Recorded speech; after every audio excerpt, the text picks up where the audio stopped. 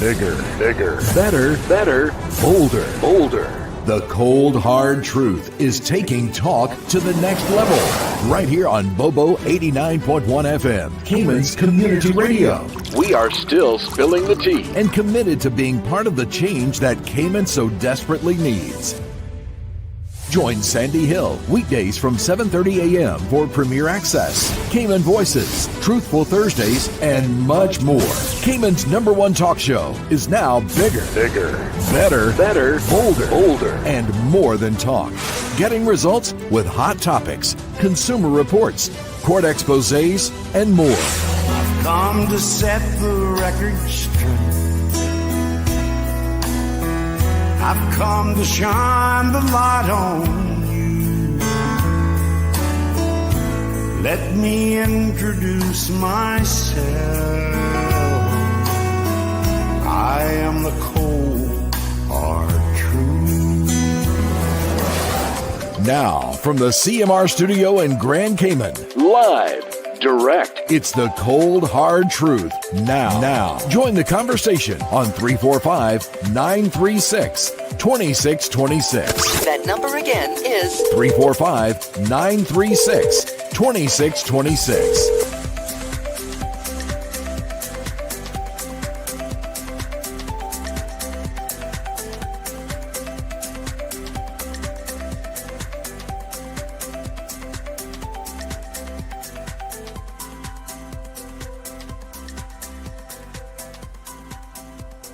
Good morning, Cayman. How is everyone doing? Ay. What a day. OMG. Let me just get the links. Let me do this first. And then we can get into the various discussions facing not just Cayman, but obviously the world here today. A sad day for many, but I'm going to read you guys something here in a second. I am going to play a video around some events that are happening, around the world. But I also think it's important for us to have a discussion about the fact that there are people literally suffering because of politicians and political decisions. And, people have been torn and placed in a war zone because of, no doing of their own, but simply because of who they are, what nationality they are, and where they live. So it's such a sad state of affairs in many places around the world. And we're going to talk about that here just a little bit as well. So permit me to get all of the links out to you guys. Good morning. If you follow us, we're in Facebook, YouTube, Instagram. One second, let me just mute that one. CMRTV.com. We're coming along nicely with that project. It always takes more time than you think, but we're definitely getting there. And I think you guys are going to be very excited to see precisely what we have to offer in terms of that. We're onboarding some more talent as well this week. So I am just absolutely pleased about some of the announcements that will be coming in relation to our partnerships for CMR TV, but we'll save that discussion for another day.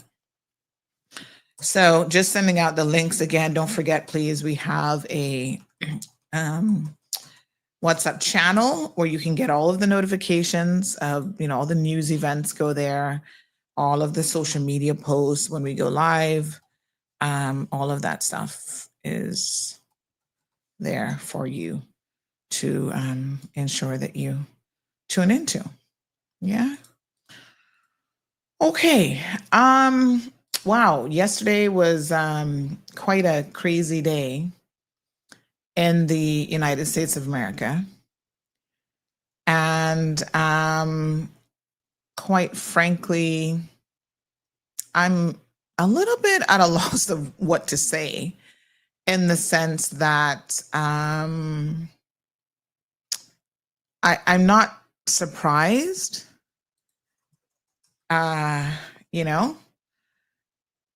but of course disappointed.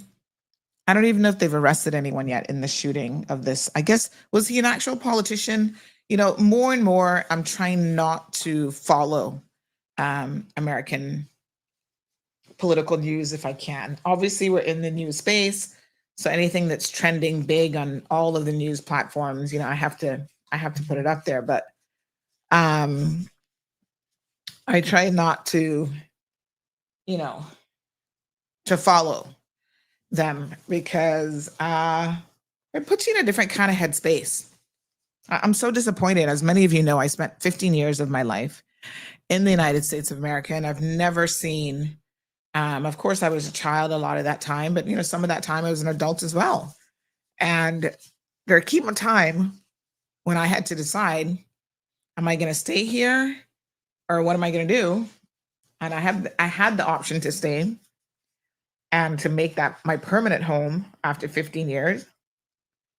I was already good in terms of immigration, but I decided to come back home. Now, I can tell you that I'm disappointed in what I see on the political front. The level of discussion and so on is just really, really disappointing.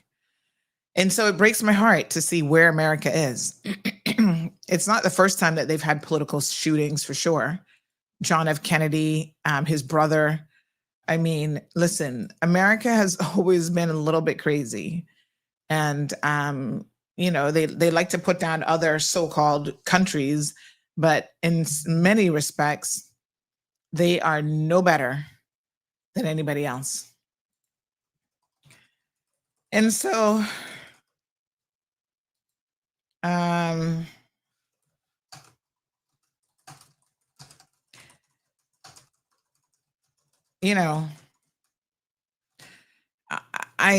don't know. I saw someone showed me the video yesterday. It's graphic. Obviously, I'm not going to show it here, but it's all over TikTok. Very, very extreme and graphic. And I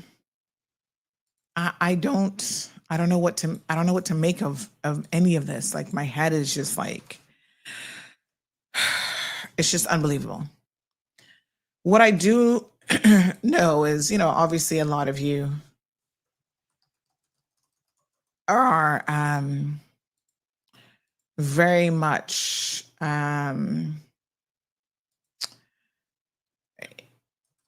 people are picking sides, people have their opinions.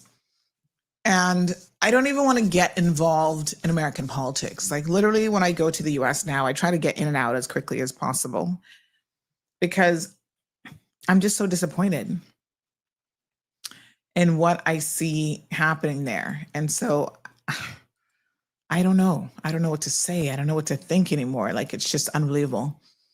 I know that obviously he was a very divisive person. The thing for me, and I don't know what it is about Trump in particular. Well, perhaps I do know what it is about Trump, but he seems to bring out the worst in people. And in a way that is shocking, like people who you thought had common sense. I'll give you an example of what I mean. If we post anything at all about the United States of America, the Caymanian and Cayman Caribbean Trumpsters, whatever, the MAGAs, whatever they call themselves these days, they jump on it and start arguing when there's not even an argument. I saw a comment yesterday that kind of surprised me, and I'm not going to spend a whole lot of time on this because, we got a lot of things to cover. Headline on BBC this morning, Ghana agrees to accept West Africans deported from the US. So, good for them. So sometimes, we'll post stuff because it's news and it's trending all over the world. It's on Fox News, it's on the Washington Post, it's on, BBC, all over the world. And so, of course, we pick up some of these stories coming out of the US. And we post it up, and then all of a sudden, the Trumpsters get in the comment section and they start making these comments. And I'm just like confused because no one said anything about it being negative.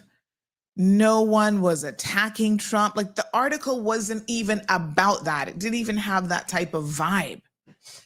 But his supporters assume that every single thing that is posted about this man is negative.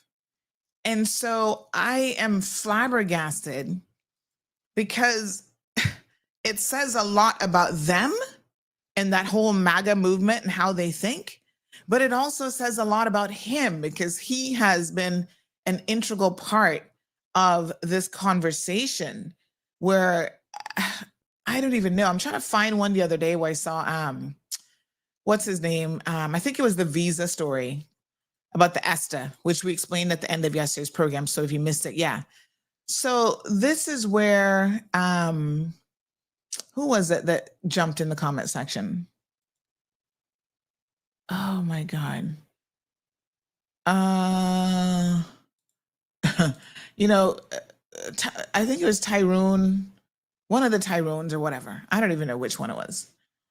And he started talking about, oh, you know, y'all just hating Trump. I was like, dude, the ESTA requirements, which now says you have to upload a photo, there's an increase in the fee. Nobody said anything about Trump. The article does not mention anything about Trump whatsoever. And yet these people are making it about Trump. I'm like, what is wrong with you people? Last week, there was another story about the processing of some other fee for the visitor's visa that they're going to be increasing the fees on and whatever. Again, people like, what's that one guy, the Rivers guy? I can't remember his first name. You know, really, he was actually there at the insurgent thing on February or January 6th or whatever. He was the only Caymanian that we're aware of that was actually there. And he was there in the comment section, having the most to say about, and I'm like, this article is not a negative article about Trump. It is a factual article. They're increasing the fees on this, explain what it is, da-da-da-da. Every single publication, including Fox News, carried the friggin' article. And his supporters are just so disgusting at a different level. I have never seen anything like it. Like I said, I lived in the States for 15 years. I think America has a lot of positives. Yes, it has negatives, you know, but a part of my heart will always be in the United States of America. It provided an opportunity for me at a time to get my education and to settle in to a different environment when I needed it. And I will always be grateful for that opportunity. And yet what I see happening, what I see with the rhetoric and the hate is just absolutely disgusting. Do not create a war where there is none. Why are y'all jumping in the comment section trying to make it about Trump when it's not about him? It is really, really, really disgusting. Some of you Jamaicans are doing the same thing. I'm going to start warning you now because this is how it's going to go down. Sometimes we'll post up an article, nothing again, no mention of Jamaica whatsoever. And Jamaicans jump in there about, oh, you know, well, thank God this isn't about Jamaican, because if this is about Jamaican, the comment section would be da-da-da. I will not issue this warning again. I'm going to only say it one time. The next time I see, I don't care where you're from, I don't care if you're Caymanian or Jamaican, you're making those kind of comments on our platform, I'm just going to block you and you're going to be done. Don't ever contact me about removing you and, oh, you were having a stupid moment. I'm going to tell you, I do not care. And I'm going to tell the rest of the team, if you see anybody, because a lot of times I don't even get to read the comment section. If you see anyone in the comment section with this type of rhetoric, because they don't comment on anything sensible or engage in discussion, they're only waiting for story to come out. Oh yeah, well, if this was a Jamaica in the comment section, we'd be blowing up. Go find something else to do. Go and find a job, find a church, find something else to do with your free time. Because all you are doing is spreading hate. And all of this is about hatred. Hatred, yeah. This is what it honestly comes down to. We cannot continue to hate people based on their political views. Everyone is entitled to their opinion. Like I said, just like everybody has a bonke hole, everybody entitled to their opinion. It doesn't really matter that much to me, as far as I'm concerned. Your opinion is worth as much as the other person's opinion, right? But you cannot hate someone because of their opinion. You can disagree with their opinion. You can not like their opinions for sure. You could even perhaps hate their opinions. But it has to not transcend. Politics cannot transcend into, I'm going to hate this person because they're conservative. I'm going to hate this person because they're a Republican or a Trump supporter. Or I'm going to hate this person because they're liberal or whatever. Right? I've got friends on both sides of the spectrum. I think most of them know, don't bring your stupid arguments to me, and I don't care where your stupid arguments lie, right? Don't bring it to me because I don't really want to hear it. But someone shared something this morning, which I think is worth sharing, because sometimes the rhetoric and the hate that we ourselves engage in, we have to be very careful. And this is why I'm going to tell you, I've had people reach out to me about a number of different topics, wanting me to be, I guess, the mouthpiece for it. And I've refused to do so because it's about hate, right? That's why I go to bat for the LGBTQ plus community. I can't support hate against them, just like I couldn't support hate against someone because of the color of their skin. I can't support hate against someone because of their nationality or because of what they look like, right? I can't support hate against, someone because they have a disability, because they walk differently or whatever. Yeah? So lately in Cayman, the group that has been kind of targeted, and the rhetoric is growing in the background, is, the Muslim community. And people have reached out like, we want you to talk about this. And I'm like, what is the Muslim community doing to you guys in Cayman? And the funny thing is, some of y'all are assuming that people are Muslim, and they're not. So I've heard things like, now that we have so many Indian people here, blah, blah, blah, blah, blah, blah. And I'm like, the vast majority of them are not Muslim. They're like Hindu or whatever. It's just shocking how ignorant people can be and the things that they fixate on. So there is a young lady who has messaged me, and she has, said certain things, even about the LGBTQ community. And I'm like, why are you fixated on these people? You're supposed to be a Christian lady, so you claim. I'll leave that up to the good Lord to make that determination. Right? And you have so much time for these people that I cannot help but wonder how natural you think this is, because it ain't normal. It ain't normal for you to find that kind of time and energy for something that, what are these people doing to you? So much so that, when they say, especially with that particular topic, people who protest a lot are more likely to be on that side themselves. Let's just be a little bit honest here about it, right? I have to wonder, honestly, if this is not the case with this person. Because, not for nothing, but I do think that a lot of people are struggling, and it's a bit of internal hate, and they figure, well, if I'm loudmouth about it, and if I express that I hate on these people, people are not going to look at me and go, well, why is it that you've never had a man? Do you think that that's normal?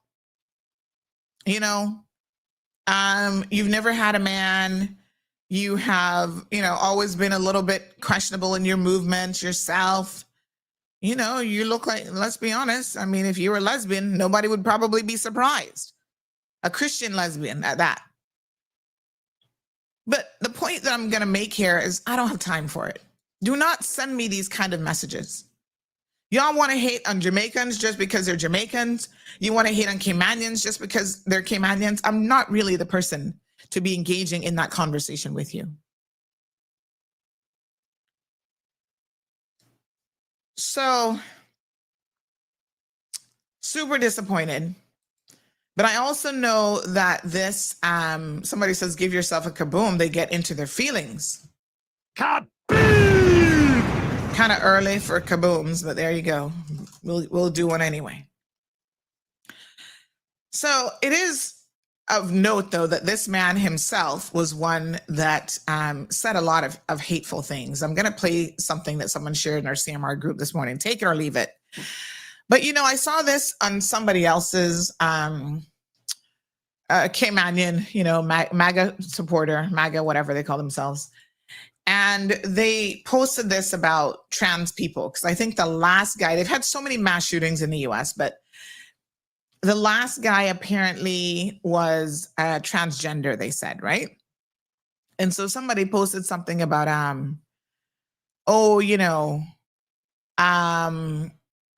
the majority of mass shootings, this is what they're claiming now, the majority of mass shootings are people who are transgender, which is stupid. It's, I mean, statistically speaking, it would be impossible. There's not that many transgender people in the world for the majority of them to be the ones who are committing mass shootings. By the way, they had another one in Colorado yesterday. Over 300 this year in America, alone in America. And if you guys don't think that America has a much deeper problem, y'all need to check yourselves, okay? Their love of violence and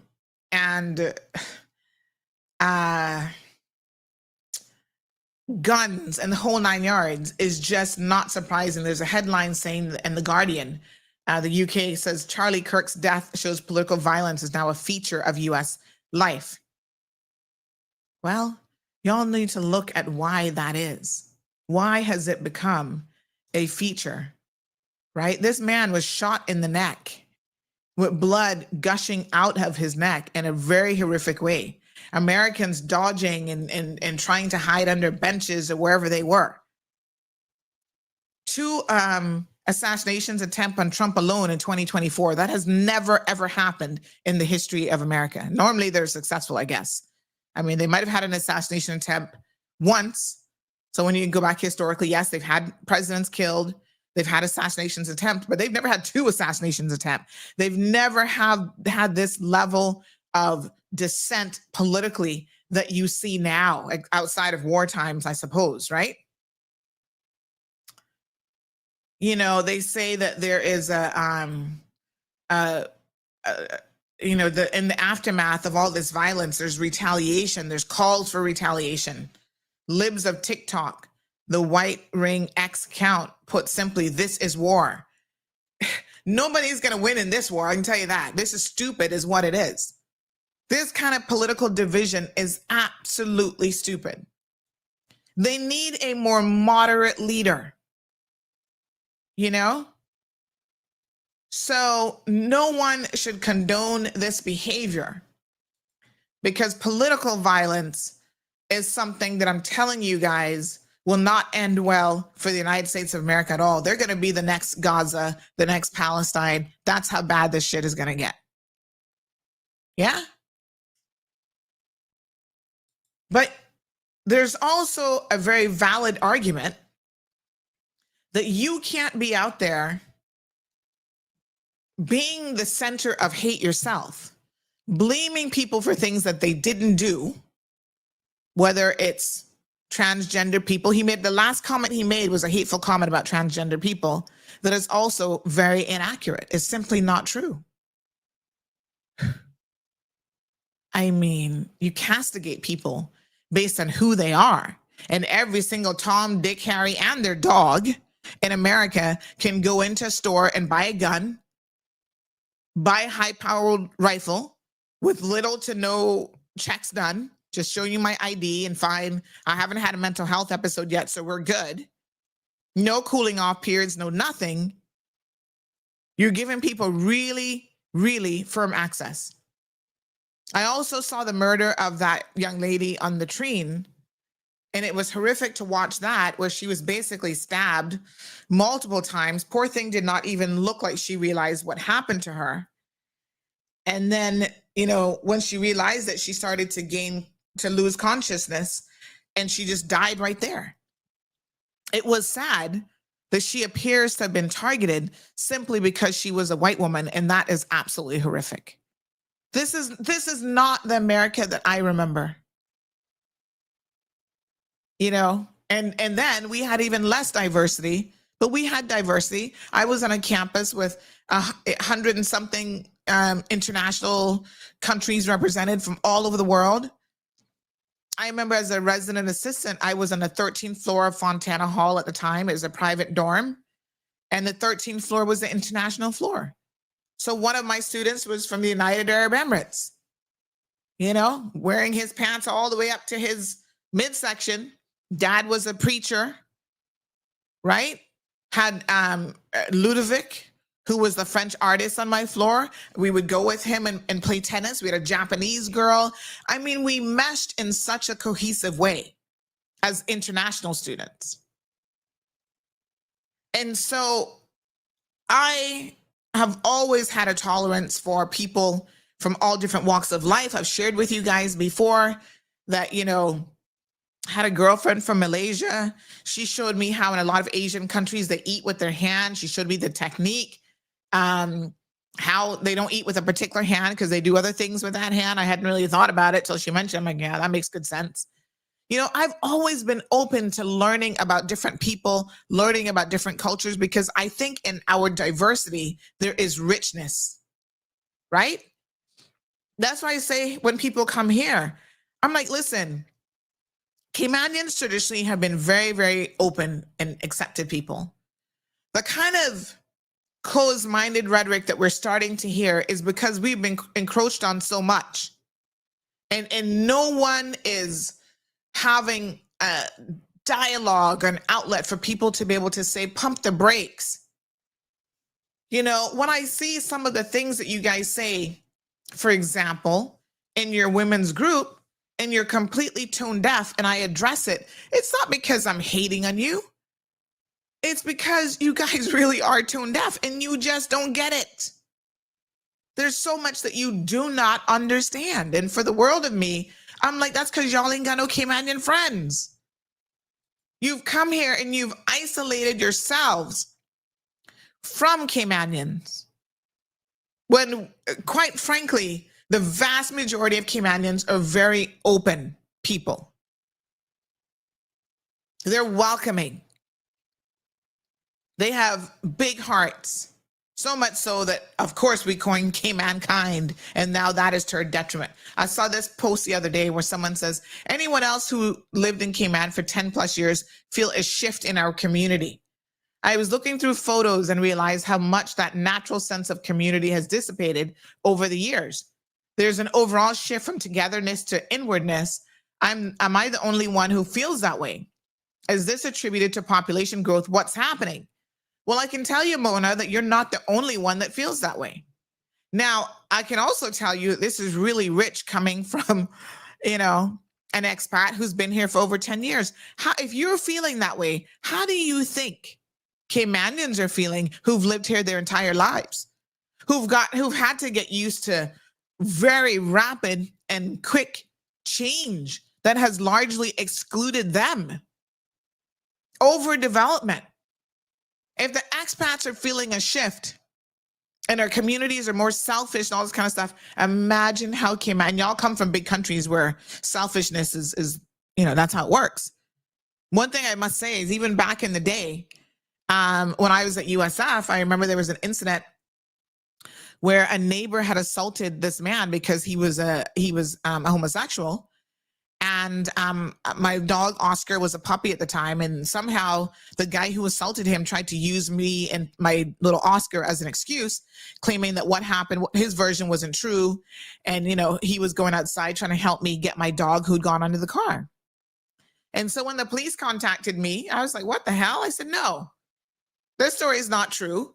And I'm definitely not going to be lying for this guy who I don't even know, to be honest. He's a neighbor, but I don't know him like that. And I wouldn't lie for him even if I knew him. This is all about the other neighbor was gay and he had a problem with him being gay. So y'all do whatever you got to do. If this is back then, it wasn't a hate crime. We've advanced a lot. But I'm like, this was assault. And my dog was not in the mix. He was not in the picture. I was walking outside and I saw what went down. And so did me bringing my little Oscar into it. We will all have opportunities in life to stand up for what's right. And y'all better start speaking up. So yes, we have some division even in this country, but I think that the way that we overcome that is we have more conversations about it. You're an expat living in this country. You need to have yourself some Caymanian friends. Caymanians, you need to have some foreign friends. Okay? And we all need to come together in conversation. Because if America is an example of what is happening politically and the rhetoric that's happening, we got some problems.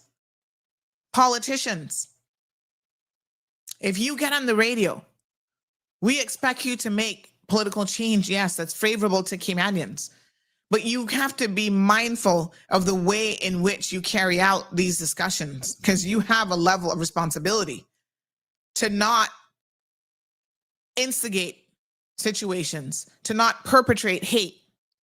You can love your own people, and you can be about the promotion of your own people and the advancement of your own people without hating other people. There's an actual way to do it. So I don't follow the American politics as much as some of you may. So I didn't even know who this dude was. When I heard this yesterday, I said, okay, apparently he's a politician, extremely conservative, whatever. But when I listened to some of the things that he was saying about people and the hateful things that he was saying, I mean, listen to this.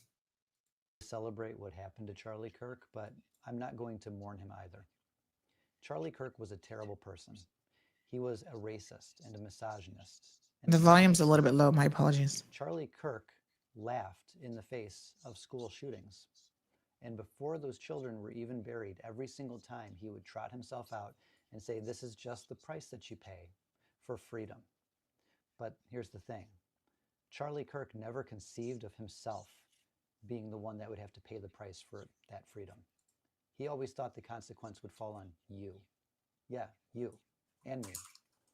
People that didn't move in his circles, people he didn't know. He never thought those consequences would find him. And when it was just you and your kids, he didn't care. And he laughed about it. He thought it was funny. And the last thing that Charlie Kirk ever said in this world was a message of hatred, talking about how trans people are more likely to perform mass shootings and therefore should lose constitutional rights. Charlie Kirk died with hate in his mouth. Charlie Kirk laughed at the misfortune of others. Charlie Kirk was a terrible human being. Did he deserve what happened to him? No, I don't think so. But did he create the atmosphere that allowed it to happen? Sure, partially. Because every word out of Charlie Kirk's mouth was hatred and dehumanization and debasement. And it was all in service of making money. And the sad thing about Charlie Kirk, maybe the saddest thing that I can think of, I'm not even sure he believed the things that he said, because he always smelled more like a grifter than a true believer to me. There was always something about him that said to me, this is just some schmuck trying to make a quick dollar.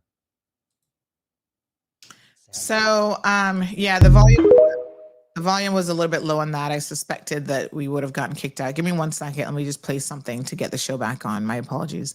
I didn't realize it was quite that low. Just give me 1 second here. Let me just see.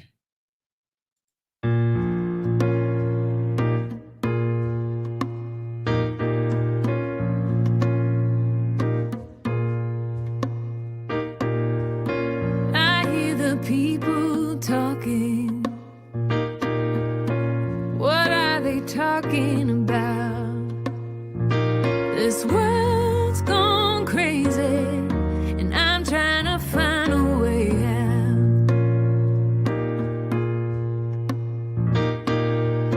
Nobody knows where we're going, or if we're going at all. Nobody cares if we sin, if we have nowhere to fall.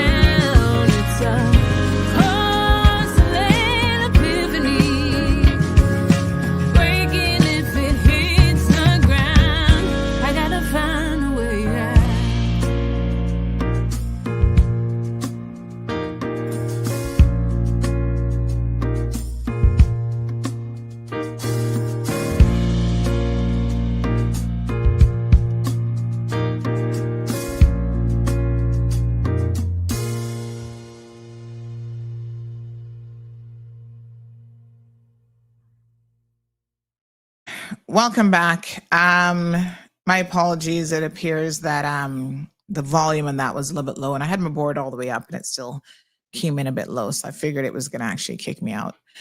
So, listen, I can't solve America's problems. I'm sorry. I feel sorry for him and his family. I feel sorry that a man could be shot in the neck and have multiple TikTok accounts have recorded it and have that all showing all over. Like I said, I saw it with my own two eyes. It is horrific. There's no way that he could have survived that. It looked like it was one of those high-powered rifles that any sensible person keep asking, why does the average person need to go buy a high-powered rifle like that to do what? I don't understand what it is that you would need such a white rifle for, except to kill people. They had another school shooting yesterday in America as well. The gunman shot himself and at least 2 other students. I don't even know if he's still alive or what the outcome it was. That I literally cannot keep up. There have been in excess of, I'd have to go look at the number of mass shootings so far. The one yesterday was Denver, Colorado, leaves community shaken during the 3rd week of school, first day of school. They've had, it's just too much. The data is shocking because there's nowhere else in the world. America is trending with 309 mass shootings as of August the 31st, and they've already had more since then. 15 days later, almost. Yep. A total of 302 people have been killed and over 1,300 have been wounded in 309 shootings. It's just crazy. I can't solve their problems. I feel it in my heart for Americans, and a lot of them, Americans, are our own brothers and sisters from the Caribbean who've gone there to live, to try to make a better life for themselves. Every time I go anywhere now, and I don't recall having this feeling when I lived there, I go in the mall, I'm kind of like looking at the exits, like if something happens, how do I grab my child and run as fast as I can? Where can I take cover?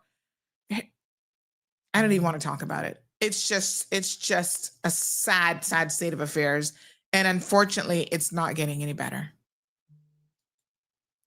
Now, and yes, my condolences to his wife. He wasn't a politician, someone said. Like I said, I'm not really keeping up with these guys because I can't even. He was just a political supporter. So listen, I cannot say enough that I am sorry for his children. His wife, obviously. Someone's calling me, but you're calling the wrong number. And the Colorado shooter is dead, someone said. Thank you for confirming that. Wow. Yes, 2 young children. They have lost a father, and obviously his wife has lost a husband, and it's very, very, very, very sad. Incredibly sad. There's so much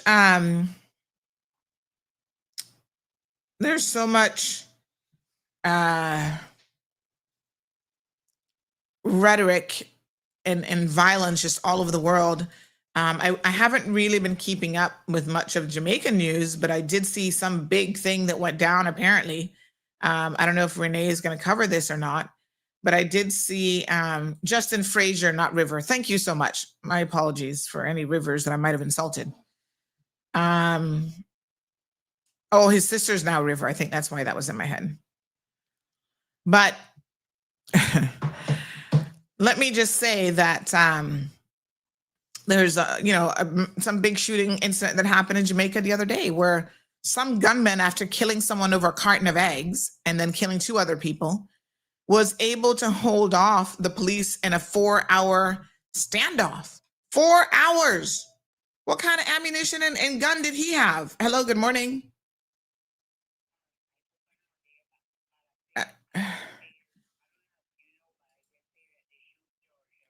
Yeah. I know. I'm gonna talk about it. Yeah, but you can't. Yeah,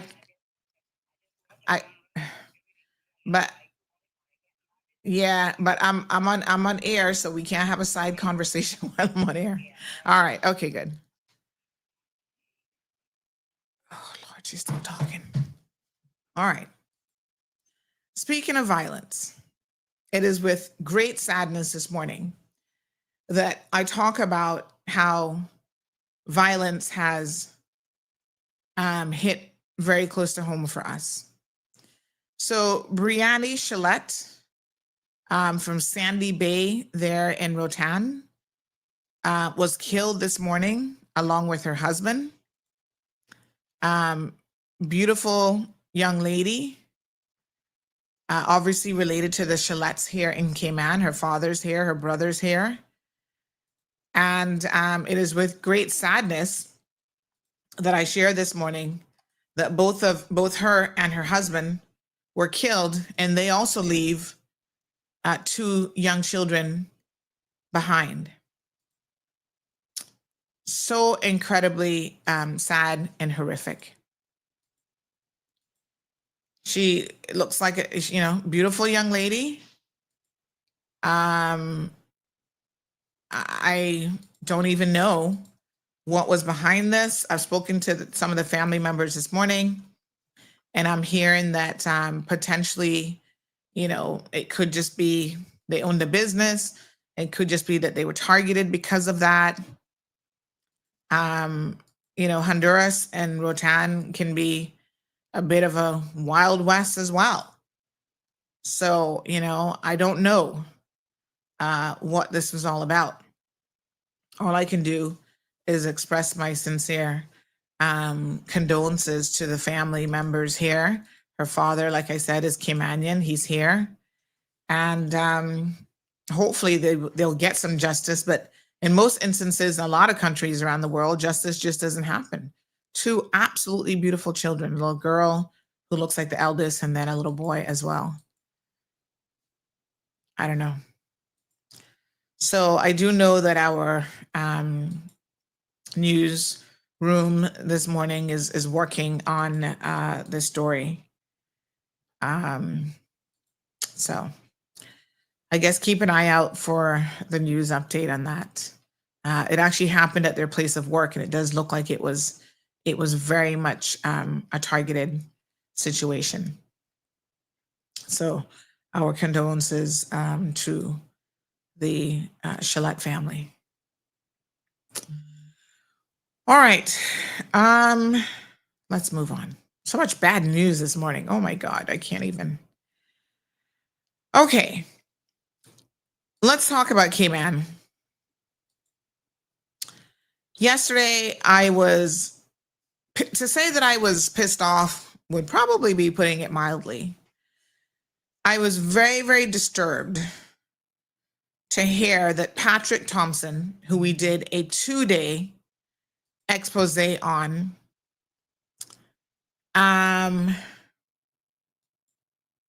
last week.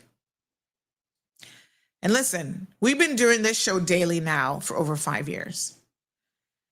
And I can probably count on one hand the number of government entities or organizations that I've had that much dirt on that I even had time to do a 2-day expose going into overtime on both days. The port was probably the only other one that comes to mind, because we had reports, we had tons of information and all the ridiculousness that was going on at the port.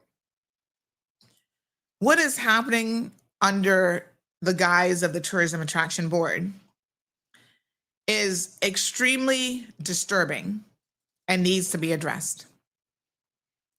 But I am even more flabbergasted. And I'm going to play the editorial, and then I'm going to get into some details. I'm even more flabbergasted that Patrick Thompson and his concubine, because that's what she is. When you have a wife and then you have multiple women, it's an old-fashioned term, but that's a concubine situation. His wife left the jurisdiction because she refused to continue to be insulted by this man. And I'm going to address Patrick this morning very, very directly. And I wish he would pick up the phone and call me. But I want you to call me at 9:30, yeah? because you are a special kind of person that we've allowed in this country that apparently we never should have. Hold on. Let's watch the editorial, and then we need to have a discussion about Patrick, because this man, he think he's special. Give me 1 second here. Let me try to find it. Just a second. Boy, when people think that they have such power because we as Caymanians have allowed them to have it, it is very, very shocking. Here we go. Thompson's response to last week's expose about the Cayman Islands National Attractions Authority is a textbook case of why whistleblowers in this country stay silent. Intimidation, fear-mongering, and an old-fashioned witch hunt, all designed to root out leaks instead of fixing the real problems. Instead of genuinely addressing the mismanagement, questionable hiring, alleged misuse of public resources, mounting health and safety risks, and the culture of cronyism at places like Pedro St. James, James Botanic Park, Craft Market, and hell, Thompson's priority is hunting down sources and blaming staff for speaking up. He needs to stop the witch hunt, start the real work. What does this accomplish? Absolutely nothing for the public, except to reinforce the rot at the heart of these taxpayer-funded organizations. Instead of hearing concerns and launching overdue reforms, staff are being threatened and demoralized. No wonder people are terrified to speak out. This is exactly what keeps the corruption cycle spinning. The powerful circle wagons protect their own and punish anyone brave enough to tell the truth. Government must embrace accountability. It's time for government leadership to flip the switch on this backward approach. Constructive criticism, public scrutiny, and transparency are not threats. They're essential tools for protecting the public purse, upholding health and safety, and restoring trust in our public institutions. When public funds are mismanaged, when procurement rules are ignored, when hiring protocols are bent for friends or church members, when dangerous conditions at public attractions are hidden instead of fixed, these are not private matters. They impact all of us, both financially and morally. A message to civil servants and the public. Enough of the intimidation. Enough of the cover-ups. The National Attractions Authority must focus on fixing the persistent institutional failures that have been laid bare. Government must demonstrate real leadership. Stop treating whistleblowers like enemies and start rewarding those who speak up with action, not suspicion. The culture of secrecy, scapegoating, and fear must end because the health, safety, and dignity of the Caymanian public depend on it. Let this be a warning. Every time you choose the witch hunt over the cleanup, the trust gap widens and the damage grows. Cayman deserves honest, transparent governance, not another fishing expedition.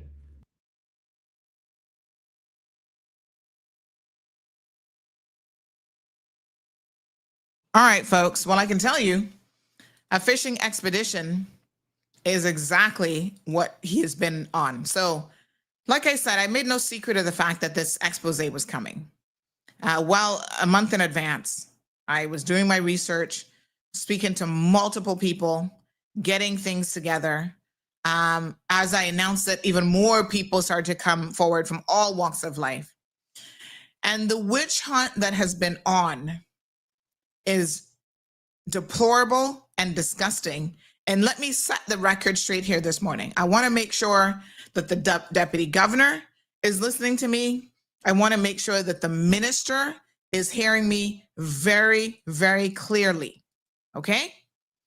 Because the people that you all, I understand, have been, now, let me be clear. When I say you all, I'm talking about the management at Pedro. Patrick, Mr. John LaRue, whatever the heck your last name is, the people that they are targeting. Someone said I'm blurry. All right, let me try to refresh because I want to make sure y'all see me real good this morning.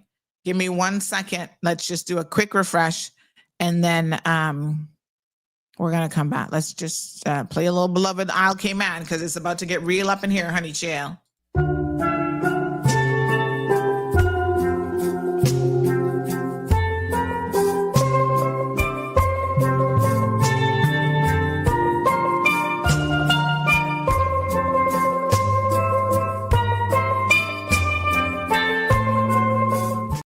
right. Shaka says I'm not blurry, so I don't know where you guys are watching, but anyway. All right, let's move on.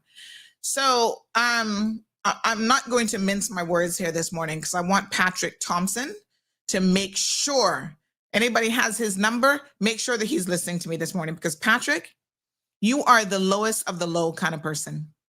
You are abhorrent. You are ridiculous. You are disgusting. He's in a witch hunt. How does Sandy get so much information? How does she know so much about what's going on instead of fixing his problems? Now, here is the shocking thing about it. I understand that they're targeting seniors. Well, I think everybody who works at Botanical Park practically is a senior, except John. He's probably close to retirement age himself. And maybe the Australian girl that he's paying $5,000 a month to give tours. Who is his assistant manager? Someone mentioned his assistant manager, but I don't know who the assistant manager is at the Botanic Park. Somebody message me and let me know. So they're barking up the wrong tree. Okay. Now, I am very, very protective of my sources in this job because I have to be, right? We get a lot of information by way of credible sources, especially when it comes to trying to whistleblow on government, because they don't use the whistleblowing legislation because they don't trust it. They don't trust the process. And the reason that they don't trust the process is because time and time again, it has been demonstrated.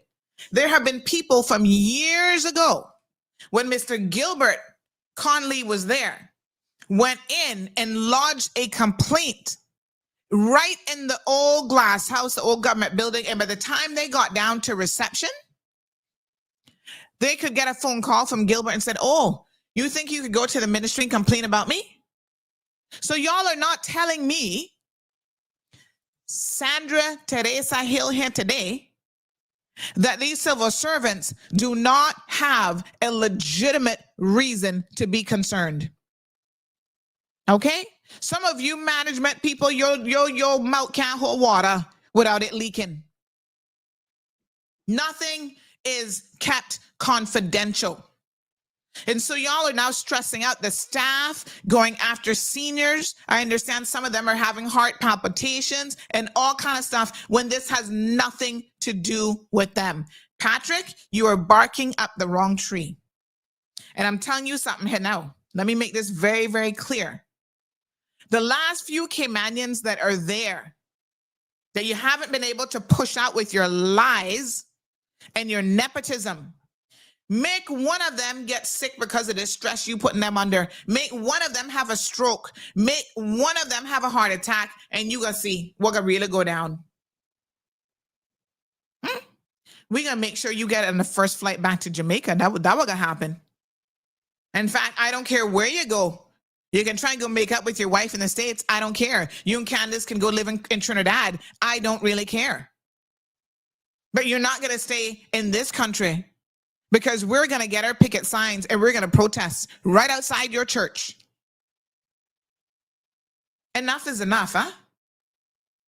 This man has the audacity, right? Him and Candace were off last week, probably frolicking together again, doing the most. By the way, he told them that, oh, him and Candace don't have nothing going on. I'm lying.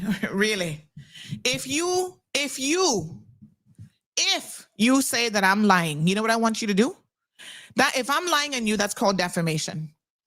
Go to your lawyer and sue me for defamation, because I will bring out the evidence. You don't think I got evidence? You don't think we know who discovered your affair? Come. Patrick, whatever your middle name is, Thompson, if you think you bright here today, come for me like you said you are in the meeting yesterday. Come. I am welcoming you, Bobo. Doors wide open. I don't have nothing to hide in this expose of you. You are absolutely disgusting. Hear what a man said yesterday. Listen to this story now. He is telling the staff that he's going to get a subpoena and get records, phone records, go through all of their personal cell phone records to see who would have been in communication with me. Well, I can tell you that you're wasting your time, Mr. Numbhead. You're not so bright. Your staff have always been and continue to be afraid. So you're not going to find nothing on their phones. They're not the ones who are the leak. You've been doing this for so many years that you're now sitting on top of the hill.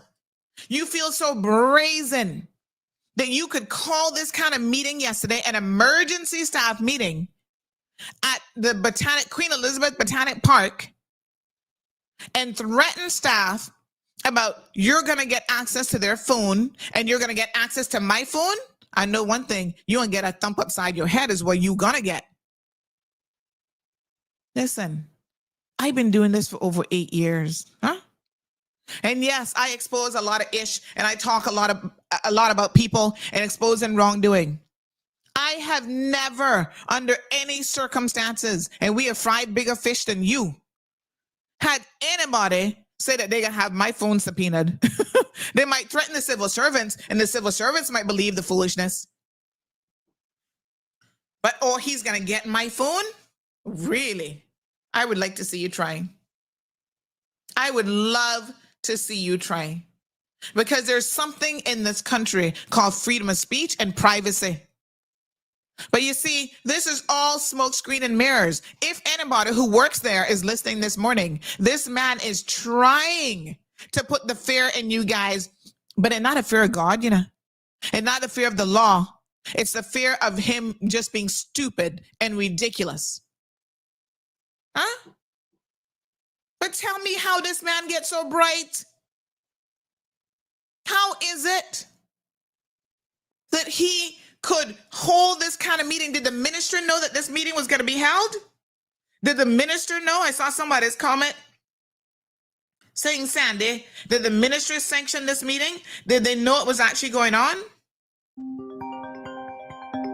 Because how he was able to do this, and all this morning, his behind not suspended from work yet and not put on leave, I would love to know.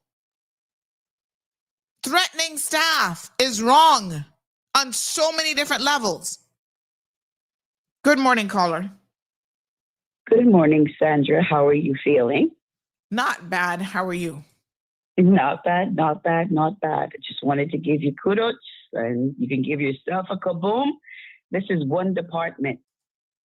Sandra, if I was running this country and I had just gotten in, let me tell you what I would have done.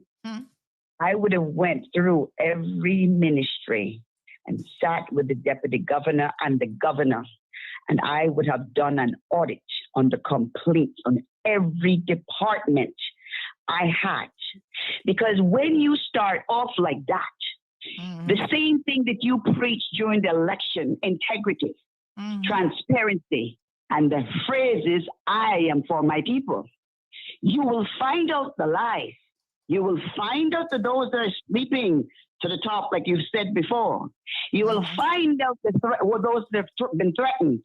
You will find out the things that they did to the rest of the Caymanian people. I beg you, I am begging you to please speak to the deputy governor and the premier and to the governor. Please have a show, and I don't know where you would hold it, and ask them to give you amnesty for civil servants to come on your show, talk about what they have been going through in different departments and the dirt going on, because I've got lots. But before I start or do anything, and the book that I'm finishing, I have a legal matter that I'm dealing with first, and that's my health. Once I'm dealing with that, once I'm finished with that, I have 2 attorneys. I've also had media outlets in the United States I'm working on. And I'm telling you, I'm going to light Cayman up, because you know what? I try to tell my truth. Let me tell you, nobody wants to hear from me. When they needed me to pick up their kids, I was there. When they needed me to save their father's life, I was there. When they needed me to cover up and say, look, the other side, I was there. But let me tell you, Sandra, today, as the premier says, I'm the bad person.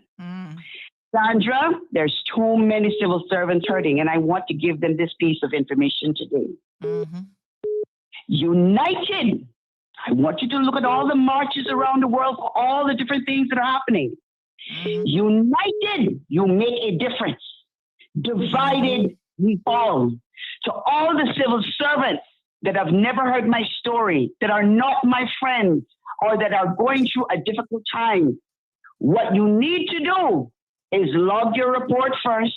The DG fails like he failed me, then you do this. All of you get together and hire one attorney and you speak.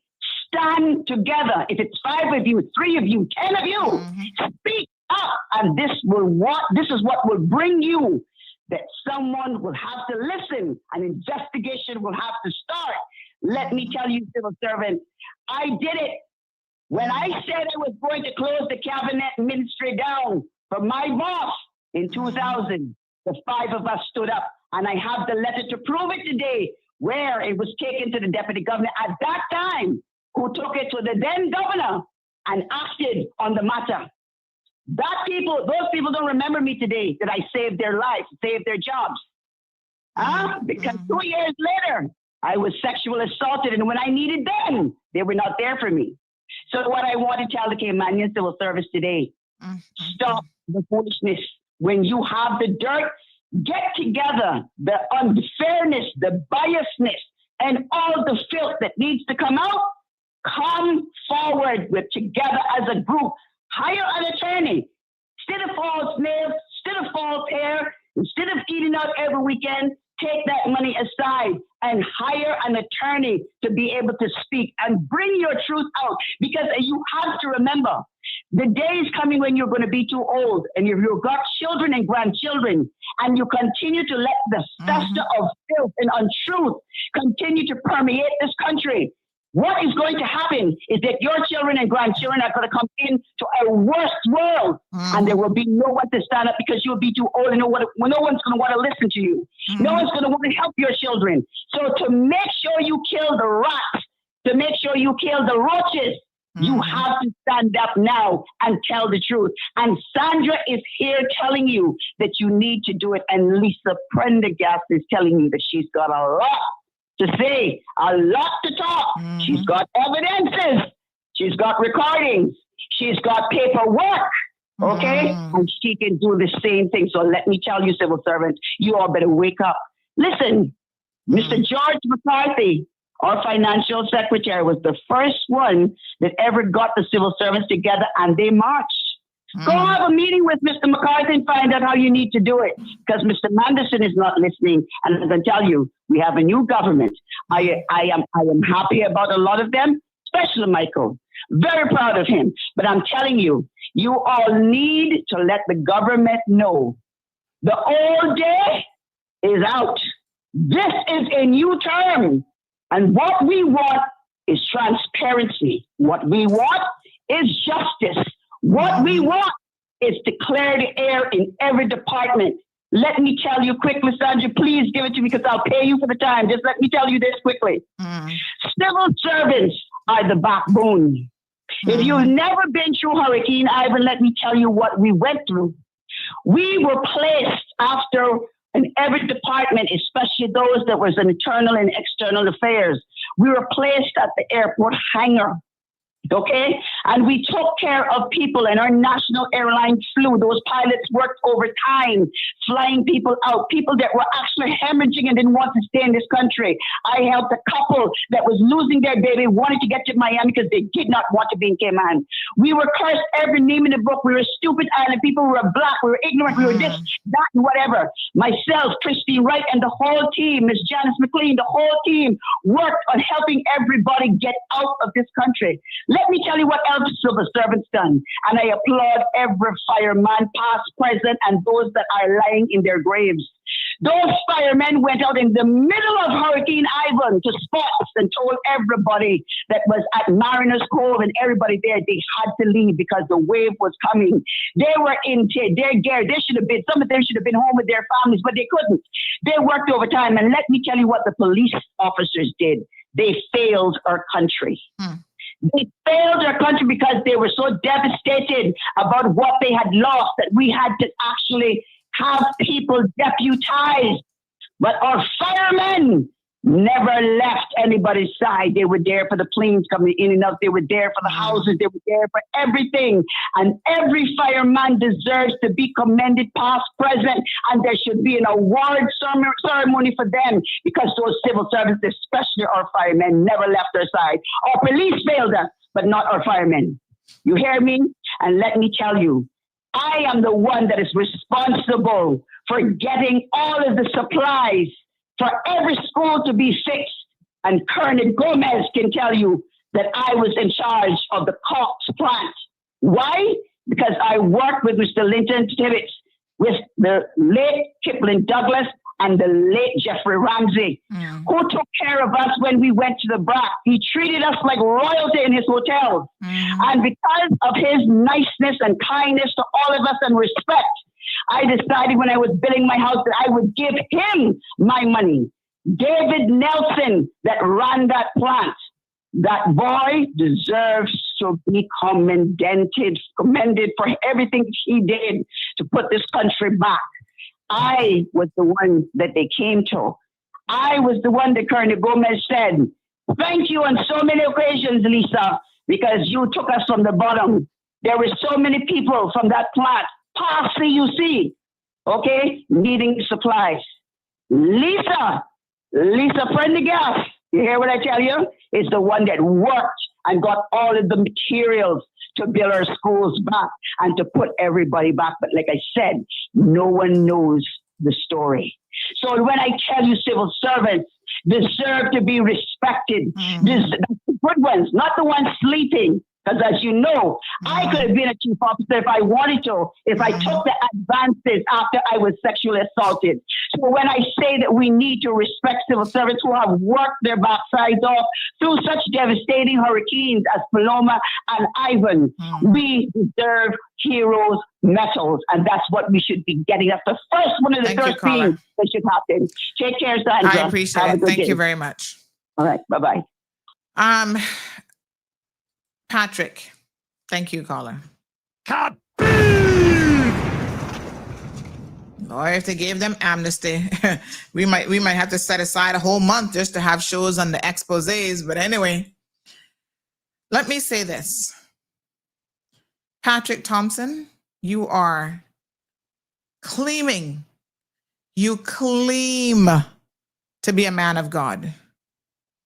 And I find that very challenging and difficult to believe, because a man of God would not stand up before people and lie and make a mockery of the truth like you have.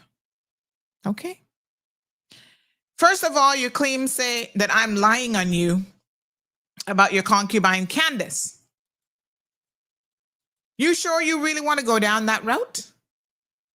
Do you know the number of people who have come forward? These are not people who work for any of your attractions, so you better leave them poor people alone. Lots of people were paying attention to your behavior. Even people who work for Cayman Airways are well familiar with you and Candace's flight pattern and seating pattern, and this has been talked about for donkey years. Let me raise my mic a little bit so you can hear what I'm about to tell you. This was the worst kept secret this side of the Mississippi and China combined. You're going on official tourism trips, all of the FCCA conferences, spending government money to travel with your side chick so y'all could continue your illicit affair on government dime. That's what we, the people, are paying for. No wonder you had to go and triple the fees, huh? To enter the attractions, because you had a lifestyle to pay for. How many times you would have been sitting at Pedro Castle? You, Candace, and Andrew, whatever the heck her name is, having drinks, allowing her to smoke marijuana and pot while y'all sitting there having a good old time, because she knows all about your affair, and that's why you promoted her and trying to keep her happy so she can keep her mouth shut. You're a man of God, you say? Well, I know one thing. We better be very, very thankful that God does not strike people down for the magnitude of lies that y'all want to engage in and then jump up on the pulpit and preach on a Sunday in church. Go sit down, Pastor. You need to do better. You cross the line when you bring up my name in your emergency staff meeting yesterday and talking about you're going to get my phone, you're going to confiscate my phone. I'm going to tell you, come and do it. I welcome you with open arms, brother, because I love a challenge. I hope y'all know. Because it's not going to be me that you're going to be doing that to. I can tell you that. You see, what gets me about Patrick is the fact that he could say something like this and be so bold with it.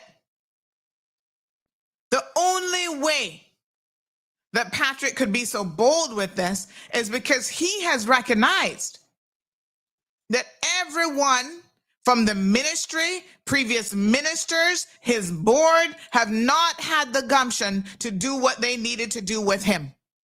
That's the only way a foreigner could get up in this country and stand side by side, shoulder to shoulder with another foreigner who's running the Botanic Park, Mr. John. Yeah? And have this kind of a meeting, threatening staff, making false accusations against staff, and think it was just going to go so. Lying to them about how he's going to get Digicel and Flo to look at your phone. Well, I tell you what, in order for you to get Digicel and Flo to look at somebody's phone, you need to have a court order. And what court do you think is going to permit you in your wrongdoing to try and find out who? They might not have gone through the whistleblowing legislation, but they went about it a different way. Who decided to say enough is enough of all of the hot mess that's going on here? And like I said, he is blaming the wrong people. Good morning, caller. Yeah, good morning, Miss Sandy. If you could do us the favor and please put up Mr. Patrick's pretty picture again for us to see, please. And I don't know why he is still on this island. He should have been fired from the day before yesterday. Mm-hmm. Thank you. Thank you so much. Please put his picture up for us to see. I will. Thank you so much. Yeah, they say there's a process. The board has to do it. The new board chairman is Charles Clifford.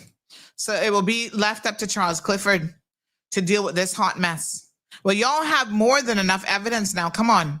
Y'all have more than enough evidence to deal with this man. It can't be that you don't have enough evidence. You have a legal opinion.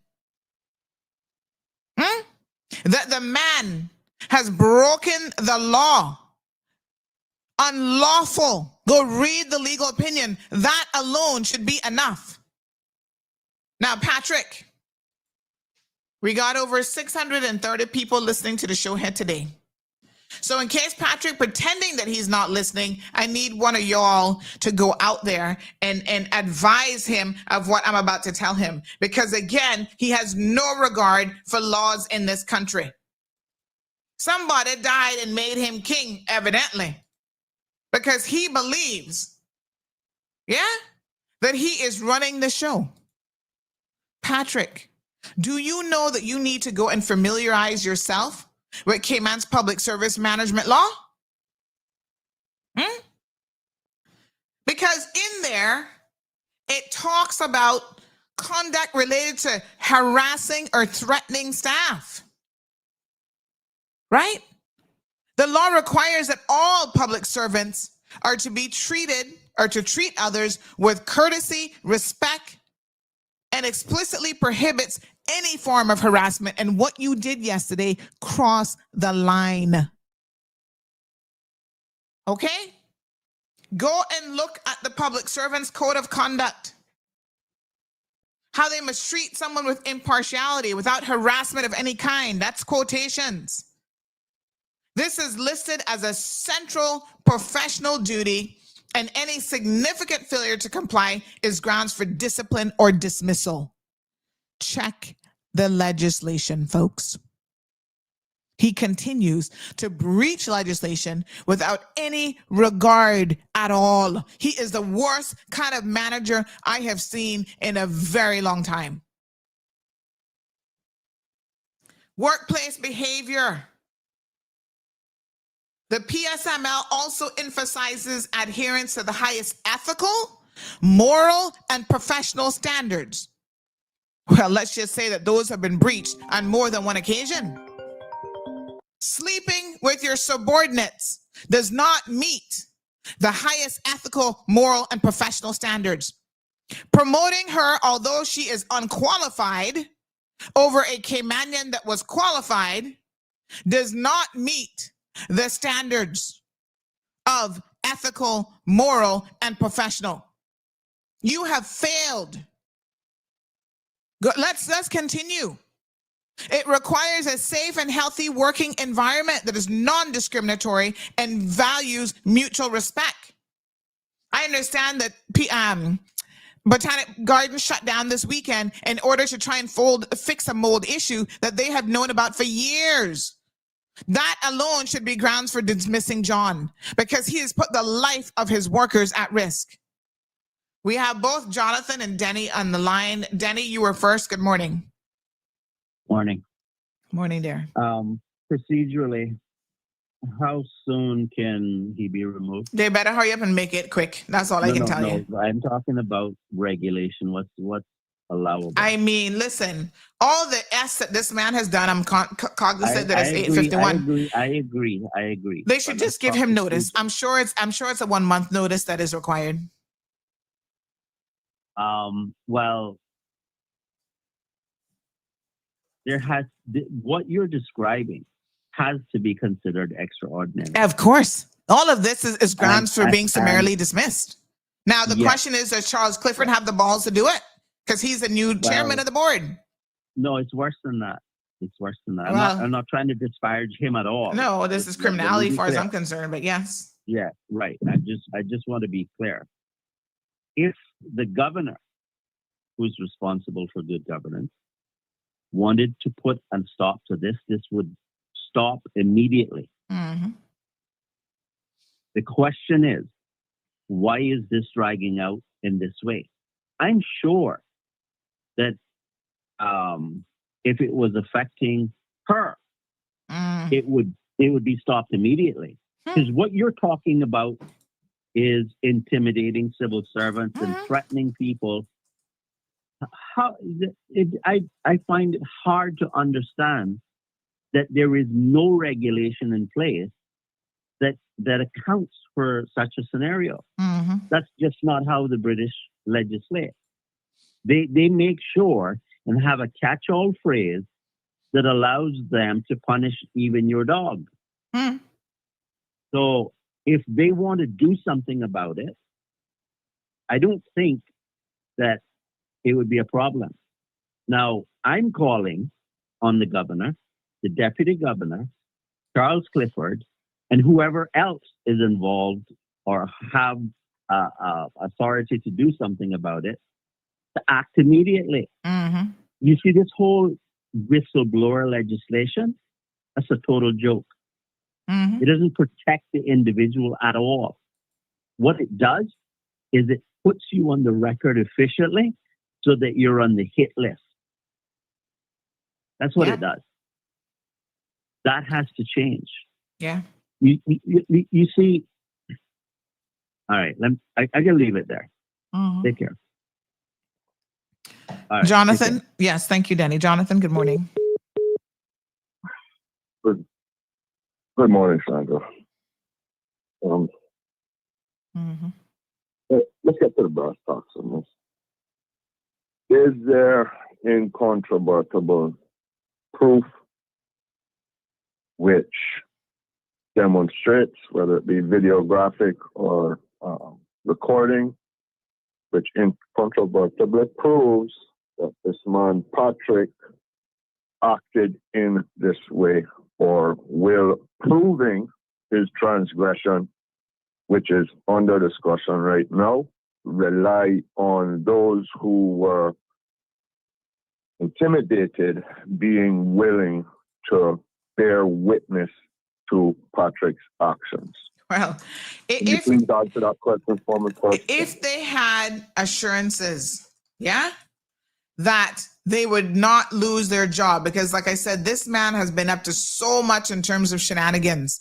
Even his audacity of what he did yesterday is very, very shocking. And it makes them believe that he has the protection of the chief officer, of the minister, of the deputy governor. That's what they believe. They believed him when he said he could come and get my phone and be able to see who spoke to me. So they are living in a state of fear. If they had proper assertions that they could put everything on the table without losing their livelihoods, I know that they would step forward. And not just in relation to Patrick. Let's be clear here. John has a lot to answer to as well. How these plants are ending up at people's homes that they didn't pay for, that belong to the Cayman Islands government. The health and safety issues that were raised there that were never dealt with. There's a lot going on at the Botanic Park as well. The non-procurement. We have the Auditor General's report here and the Tourism Attraction Board. Right? I have in front of me, Jonathan, an FOI request, a set of questions. And the only thing I need to confirm, but you see, these people think that we are fools, huh? This FOI was sent, and one of the questions was in relation to the procurement of work that was carried out at the children's project, and they unequivocally say that the procurement process was followed. And you have an Auditor General's report that says it was not. Who you gonna believe? The Auditor General or liars over at the Tourism Attraction Board? So if there's provable, is there provable criminality? This is criminal. This is on the element of criminality. Now is what I'm talking about. No, okay, but is it provable? And that's the point I'm trying to get to here. But the vast majority of what I have said is provable. Yes, it's provable. Hold on, I'm saying comment, but I will try to speak over it. The question that I have asked is, and I think you didn't give me a solid answer. So you're saying no, there is no videographic or voice recording which of yesterday's meeting? Transaction yesterday. Is that correct? Well, not that I have heard of, and I wish I knew that this emergency meeting, as it was called, was actually going to happen, because I would have informed somebody there, although I haven't been in contact with them, so I don't know how I would have happened, but I would have found a way to give them one of my miniature AI recordings so they could have gone there and recorded it. Right. Because they probably told them they had to leave their phone somewhere, whatever. Y'all need to be smart. If you need to know how to record someone on the DL, y'all better start talking to me, because I will show you where the technology is. I mean, one would think and one would hope in a workable and sustainable system, which is obviously is not, which is what we have to unjustifiably contend with here in Cayman Islands, that what is said in meetings such as this would be recorded for posterity as a matter of course. Mm-hmm. But it's not. Right? So I guess it sort of goes back to what the previous caller lady was speaking of. It is now incumbent upon those, okay, who experienced this intimidation to gain the intestinal fortitude to speak up and speak out. And I'm going to repeat what I had to say. Remember, a while back, Sandra, I talked to you about the Filipino couple who were being intimidated, who were being extorted by the criminal element of the Philippines and the Cayman Islands, who were extorting them because they paid to be able to come to Cayman to work. And when they came and asked me for help, the only advice that I got was, you have to tell those people, you can either take it, stand over and take it, or you can stand up. And yes, you may well pay a price for it now. But if you are a patriot, if you really care about changing this heinous despicable and repugnant status quo, then you will act for those who will come after you. Now, I speak to the call for solidarity, which the previous lady just spoke to, and that is a reality, that is what will be necessary. This lack of solidarity, and to a degree, while I understand the tenuous position those civil servants are in, I understand and I empathize with it. However, if one is serious about putting a stop to this malarkey, then it will require having the temerity and the courage to stand up, to speak out, to stand and be counted, come what may. Otherwise, Sandra, those who are the abusers, those who are the miscreant transgressors, will continue to think and shall continue to act in these ways because they have people cowed. So the reason I asked you the first question was because of that. One, I think for all of these boards, along with, in the same way that the planning department, the minutes of any meetings are recorded for posterity by law. We need to have all of this recorded so that this can be referred back to. Because these people this Patrick guy seems to be running free to do whatever he wants. I don't know the man. And to be quite honest with you, except from what I see from the outside looking in as a Caymanian, wondering why do we have these people here in the Cayman Islands representing the Cayman Islands tourism product, and in all reality they have precious little right, reason, inclination, or character to be worthy of said position. But as we always know, it goes back to those of our own Caymanian ilk who, for whatever reason, put them in positions of power and influence, more probably than not to cover their own ass. Remember, we're still on radio, Chow, 9:02 a.m. I apologize. Okay? So, the previous lady caller spoke of solidarity. Right? But there also needs to be a call for that individual courage to stand up and be counted. So, to those who had to withstand this intimidation yesterday, I call on you for the well-being of the Cayman Islands and all of our people and of the unborn, stand up and be counted. Speak it. Witness to it. Make a statement of it. Otherwise, we are urinating into the headwinds of an oncoming hurricane. When we discuss it, but we don't formulate a plan in order to rectify the situation itself. With that, I give you a good day, madam. Thank you so much. I appreciate it. Thank you, Jonathan. Wow. I mean, I tell you that this guy is just, I'm shocked. I'm shocked. Somebody said that if it was a government staff meeting, it should have been recorded in some form. There should be minutes. Of course, those minutes will be adjusted to lie. But again, I want to go back to the PSML and remind our listeners of what is the requirement per the law, the code of conduct, right?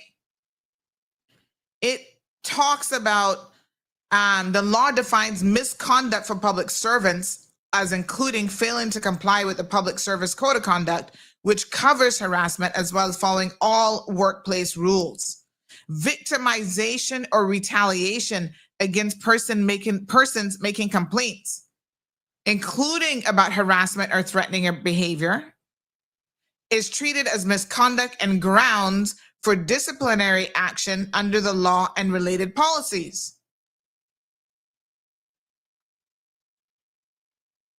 So, civil servants, public servants, You guys sat there yesterday and not a single one of you have reached out to me, but you're talking amongst yourselves, and it is getting back to me what this man had to say, what he did, and it is absolutely ridiculous. Somebody needs to do a forensic audit. Somebody needs to do a full HR audit, because Jonathan is asking about wrongdoings. Denny is saying, what level of wrongdoings has this man engaged in? As far as I'm concerned, the anti-corruption unit needs to get the files on Patrick. The governor's office was contacted. You see, the funny thing is, Patrick did not know that people were questioning his behavior for quite some time. How else can you explain in my research that I could come across a letter from the Attorney General's office saying that this man broke the law? Huh? That didn't just happen last week, right? How is it that I have in my hands legislation or rider to employment agreement all the way back to 2021? I have correspondence in February of 2023. Human resource manager from a law firm about how they got rid of Adriana in order to put his concubine in the position, did not even want to give her acting wages. They had to pay her off, forced her to resign. That was constructive dismissal. Every single one of you that left, although you left of your own accord because he walked up to you and told you that government, this was another bold-faced lie that he told the workers at Pedro and at the Botanic Park. Oh, because of COVID, government is going to shut down Pedro and it's not going to reopen. And y'all believed this man and resigned from your positions. That was only so he could bring in all of his church people to take over your jobs.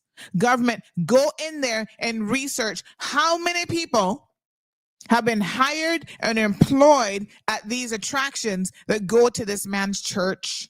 It is too much. This level of nepotism should not be allowed to happen. Another letter from a lawyer again. There's too much evidence here. This FOI request had 1,000,001 questions about the children's garden, the process, right? And they specifically say, when they were asked the question, let me find it here now, about the procurement, they specifically say that procurement was carried out, and yet you have a Auditor General's report that basically called them a bunch of liars. See what it says? Say question number 7. Please confirm whether any development activities related to the children's garden was subject to the procurement processes. Okay. They say yes. In response to FOI requests, we confirm that the development activities related to the children's garden was subject to procurement processes. Next question. Please confirm the nature of these processes and whether the procurement process was completed in accordance with the relevant act. They claim yes, but when you go and read the Auditor General's report, right, of May 2023, you actually have mentioned here that that was not the truth. How can that be? Procurement was not done as it should have been. There's more than enough evidence here of misdoing under this man's watch and directly connected to him or John at the Botanic Park that, quite frankly, neither of them should now be employed, and they should also be investigated for criminal wrongdoing. You see, we undermine the civil service. Lisa talked about what an amazing job civil servants do. And without a doubt, I deal with them on a daily. And a lot of them show up to work. They're underpaid. They're underappreciated. And they still show up and they do their job to the best of their abilities with the resources that they're provided. But what also happens a lot of times is we have civil servants running amok. We have civil servants that are not being held accountable. And it is that batch of civil servants who break the law and who do whatever they want, whenever they want, that make everybody else look bad. When you think ill of the civil service and you call them into disrepute and no, yeah, they were a class. Yeah, right. That's like a running joke now. It is not because of the majority of the civil servants, you know. It is because of the ones like Patrick Thompson. Look at him good. Take a good look. Person said they wanted to see his picture. Please take a good look. Because what will happen, folks, is he will leave that organization as director of the attraction board, which he should have never gotten the position to begin with, wasn't even qualified for it. He will leave there and go take up some other highfalutin government job on our dime. Enough is enough. Enough is enough. Patrick has got to go. Him and the concubine have got to go. It's absolutely ridiculous. But I'm flabbergasted that this man has had so much protection over the years, right? That he actually thought that he could have yesterday's meeting, put the fear of, like I said, it's not a fear of God, put the fear of him, I guess, into these poor people, and I would not address him. Patrick, I'm a very busy woman this week and next week ahead of my trip. But I can tell you one thing, I'm sitting here looking at the clock, wishing it was 9:30, because I would tell you what you can do for me. But I got to try and say it as nice a way as possible. Go ahead. Report your hardworking civil servants who are having to work in mold, who are getting sick, who are under undue stress, who I'm sure had they spoken to me, I would have had a whole lot more information. And I'm now doing an open invitation, an open call for them to come forward and speak to me. Since you're already being accused of speaking to me, you might as well do it. Come forward and speak to Auntie about what is going on. Because I know there's a lot more. The whole place is corrupt under this man's watch. Under John's watch. A lot is going on. Come forward. Tell your stories. You're not going to worry about no phone of mine being confiscated. And if you really have to meet in person, we're going to have to arrange that too. Because Patrick is a proper idiot. He don't know who he dealing with. His name must be Pastor Clark this morning, yesterday when he had that meeting, calling my name up because he don't know me. You don't call my name up in no foolishness, and you're certainly is not going to intimidate me. Not in my blinkety blink country. You go and try that intimidation in Jamaica. They're killing people over a carton of eggs. What do you think they're going to do to your backside when you try and intimidate them like this? I don't advocate violence, but some of y'all really on another level. No. Mean you're not companions, and sometimes you got to spell it out to people and make it very, very, very crystal clear to them that look, yeah, Bobo, not today, not last week during the expose, and definitely no time in the future either. I'm not your friend. Okay? In fact, what I now know about you, I don't even like you. So we got a problem. Yeah? You need to get your act together. And I'm going to suggest you do it forthwith. And when I say get your act together, I mean pack your bag, pack Candace's bag, and go off in the sunset for another concubine meeting, but not on the dime of the people of the Cayman Islands. We done paying for you to be having relations with this married woman. Enough is enough. And I'm not joking with you. I want you to go to a lawyer today and have them contact me. I challenge you so that the person who discovered your affair, I can invite them on the show and we'll go through all of the nitty-gritty details on exactly how they came to be able to tell your wife about your ridiculous affair with this woman and God knows who else. Candace, your poor little Jamaican husband, I feel so bad for him. My God. Y'all be making these poor people use you and abuse you and treat you like this, and everybody know what is going on there between him and this girl Candace. And then he has the audacity to stand up in a meeting and talk about I'm lying on him. Why would I be lying on him? I mean, I don't even know you. What would be my motivation to go around lying on you? You only came on the radar because we were talking about Pastor Clark, and they said, well, Sandy, if you really want to know about some of these crooked, no good, wannabe pastors, you need to look into this one too. And I said, really? That's how you came on my radar? And I'm going to stay on you like white on rice. You're not getting away with what you have done. All of the wrongdoing. Someone says Patrick needs a crash course in Sandra Hill because it's obvious he doesn't know who he's dealing with. Deal with Andre, go straight to the top because France needs to meet McKeeva Bush in the pasture. He's completely useless. Well, I'm going to take up for France because I'm going to say this. There is a process that has to be followed with civil servants. Yes, if this was private sector, he would have been fired immediately on the spot, no further questions asked. However, the civil service being what it is, and Franz Manderson being who he is, he's a stickler for the rules, and he better start applying it to everybody.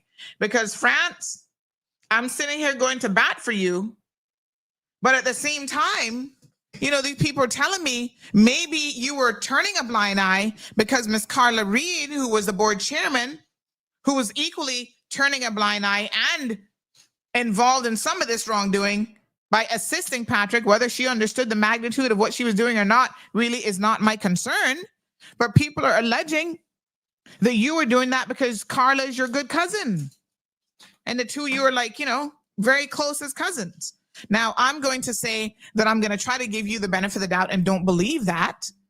And that you know what needs to be done in this situation. And you guys are now taking out the proper investigations to build your case so that when you do fire him, when you do call the anti-corruption unit to arrest his behind, there will be no lawsuits that will follow.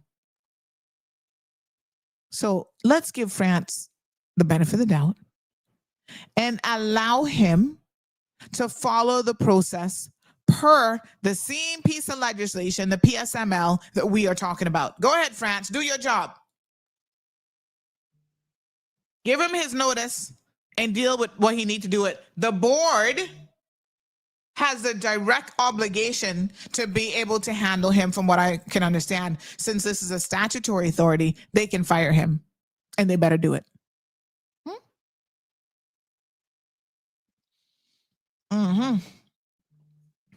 This person says a month. No, that would take up a year. And that would be a 24-hour show, the stuff that is in government. What a mess. They go on to say Patrick is king and spreading the gospel through his wood head. Seems like that church should close down before they even get the building open with him in it. We need to get Patrick off of this expletive island. I hate people who think that they can come here and do as they please. Sandy, sorry, but neither sorry. They need to get rid of some of these expletive people because they think that they own these islands. Hate is not a nice thing, but I hate some of these people like Patrick. What a good book say. If this was the gospel according to Aunt Lottie, she would tell you, don't hate the sinner, but hate the sin. But it's hard to separate the two. I gotta be honest with you. When Aunt Lottie used to say that to me, I'm like, huh? Don't hate the sinner, but hate the sin. I'm like, but the sinner is the sin when he keeps doing all this stuff. Anyway, the person goes on to say, trying to control my pressure so I can't call in. But if only I had my way with them. Lisa, do what you said you're going to do and expose them all. Who died and made Patrick king? Go back to Jamaica and rule over there and leave Cayman and Caymanians alone, you shithead. Hopefully off-reg is not up in their feelings about that. The person said the board has to get legal advice on terminating a CEO or MD. It is not easy, as the post holder can file for unfair dismissal and get millions of dollars off of CIG. France cannot do anything to this matter. He has already said that. Oh, Mr. Manderson is in the comment section. Bless you, France. Oh, you're a good man, you know. I didn't see his comment. My apologies. I'm so behind in the comments. And this person was pointing out. Hold on. Let me show y'all what Mr. Manderson said right here in the show, because I missed it. Sorry. He was responding to Magdalene, who said, where is the DG on this issue in France? Clearly, he's listening. And he says CINAA is not part of the civil service. And I was thinking about that as I was speaking about him. So he's absolutely right. He says they're governed by a board of directors. So thank you so much, Mr. Manderson, for clarifying that. So in other words, the person that we now need to look to do their job is none other than Charles Clifford and his board. Now, Charles Clifford just got in there. So I reckon that he has quite a task ahead of him. But you can do it. You can do it. Charles Clifford, we believe in you, okay? We expect you to step up to the plate and deal with both John and, what the next one name? Patrick. Sort him out. Sort him out, please. This is an absolute disgrace. Y'all asking for the political arm to interfere. Again, Andre can't do it. Although previous ministers have certainly turned a blind eye and not requested the board to handle their business, we need to give Mr. Gary Ruddy, aka Peanut, an opportunity. He's already replaced because Carla resigned when she heard the expose was coming. I heard somebody else resign. Yeah? And so now he has replaced, I understand, most of the board. So the person says the new board chairman has to get the support via vote from other members to even terminate Patrick. The board only manages the CEO, though. Well, let me make it very, very clear. There is no two ways about this.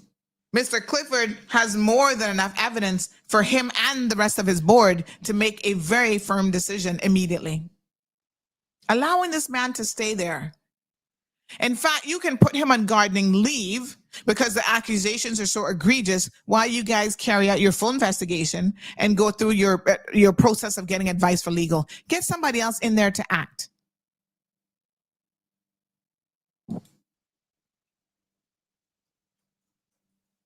Yeah?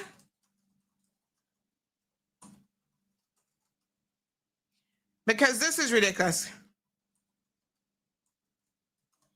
Let me just go through only administrative leave, not gardening leave, or whatever the hell y'all want to call it these fandangling days. Just put his behind on leave. Because enough is enough. Y'all civil servants need to stand up. I don't know if France and Carla being cousins. Yes, they're cousins. And like I said, France doesn't have the power to do anything about this. But I'm just saying to France that people are out there in the street saying that you have been protecting her because she's your cousin. Now, of course, France does not put people on boards either. So what kind of protection he could be giving her, I'm not too sure. I'm just letting you know what people are saying.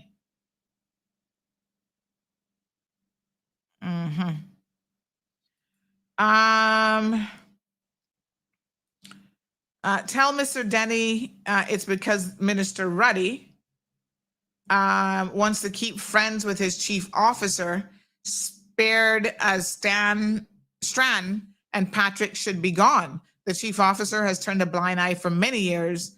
Mr. John was in the meeting with Mr. Patrick, telling us how they're going to be finding out who has been providing information to CMR. Mr. John, as a manager, should have stood up for us and not let Mr. Patrick threaten the staff like this. And I agree. Anybody who stood there yesterday as a manager, and John did, and allowed this behavior to happen and not stop Patrick should have also has something to answer to here today. And I'm sorry, but you can't do it.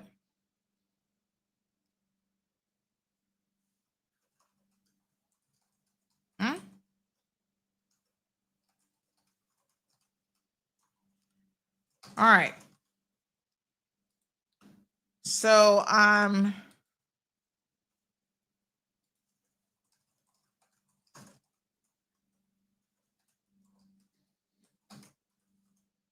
what a mess these people in.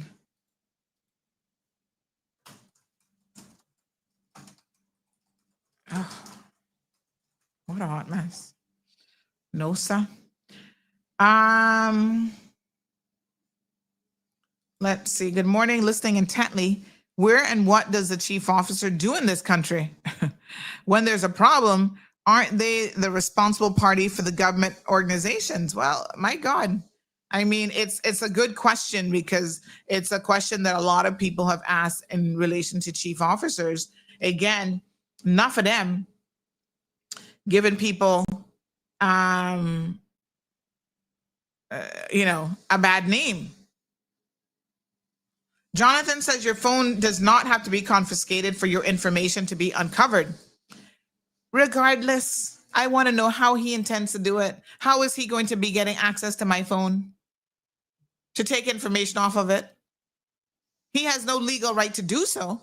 So if he attempts to even do so, it would be unlawful and illegal, and his behind should be thrown in jail for doing that. So thank you again, Ray Ace 48, for reminding us that they're not civil servants technically. They're an SAGC and have a board of directors. Now it's time for them to talk because they can't fire them now because it would be obvious as to why, says Magdalene, reminding civil servants of the power that they have. Jonathan says, what put Patrick Thompson into the position, which he's in now? What government administration put him in to the position which he now holds? So you might have missed it last week, Jonathan, but there was a show where we kind of broke it down. So Gilbert Connolly, and again, they say don't speak ill of the dead, but I'm going to tell you that Gilbert Connolly was a no stellar manager either. This whole tourism attraction board, let me go back to this whole tourism attraction board. This is a product of McKeeva Bush and his cronies. And from day one, it has been ripe for abuse. Even McKeeva Bush himself would have political events at Pedro for the UDP party and wasn't paying for it. It was getting things heavily discounted and all kind of stuff. So there has been a lot of abuses over the years and infractions as it relates to the Tourism Attraction Board. It's not nothing new. To be clear, Gilbert did his fair share. Okay? So Patrick was there under Gilbert, just as like a bookkeeper. I don't even know Patrick has a proper accounting degree. And he was, because Gilbert wouldn't go to the board meetings, Patrick was going to the board meetings as secretary, getting into Carla's ear, right? And basically sold out Gilbert for the wrongdoing that he probably was doing. I'm not going to say he wasn't doing it. But Patrick cut him off at the knees in order to get in there and get the position that he was never even qualified for, if you ask me. The man got no background in tourism, no background in management, nothing, but he was able to get into this position. When they changed it from the Tourism Attraction Board to the CINAA, he turned around and gave himself a raise.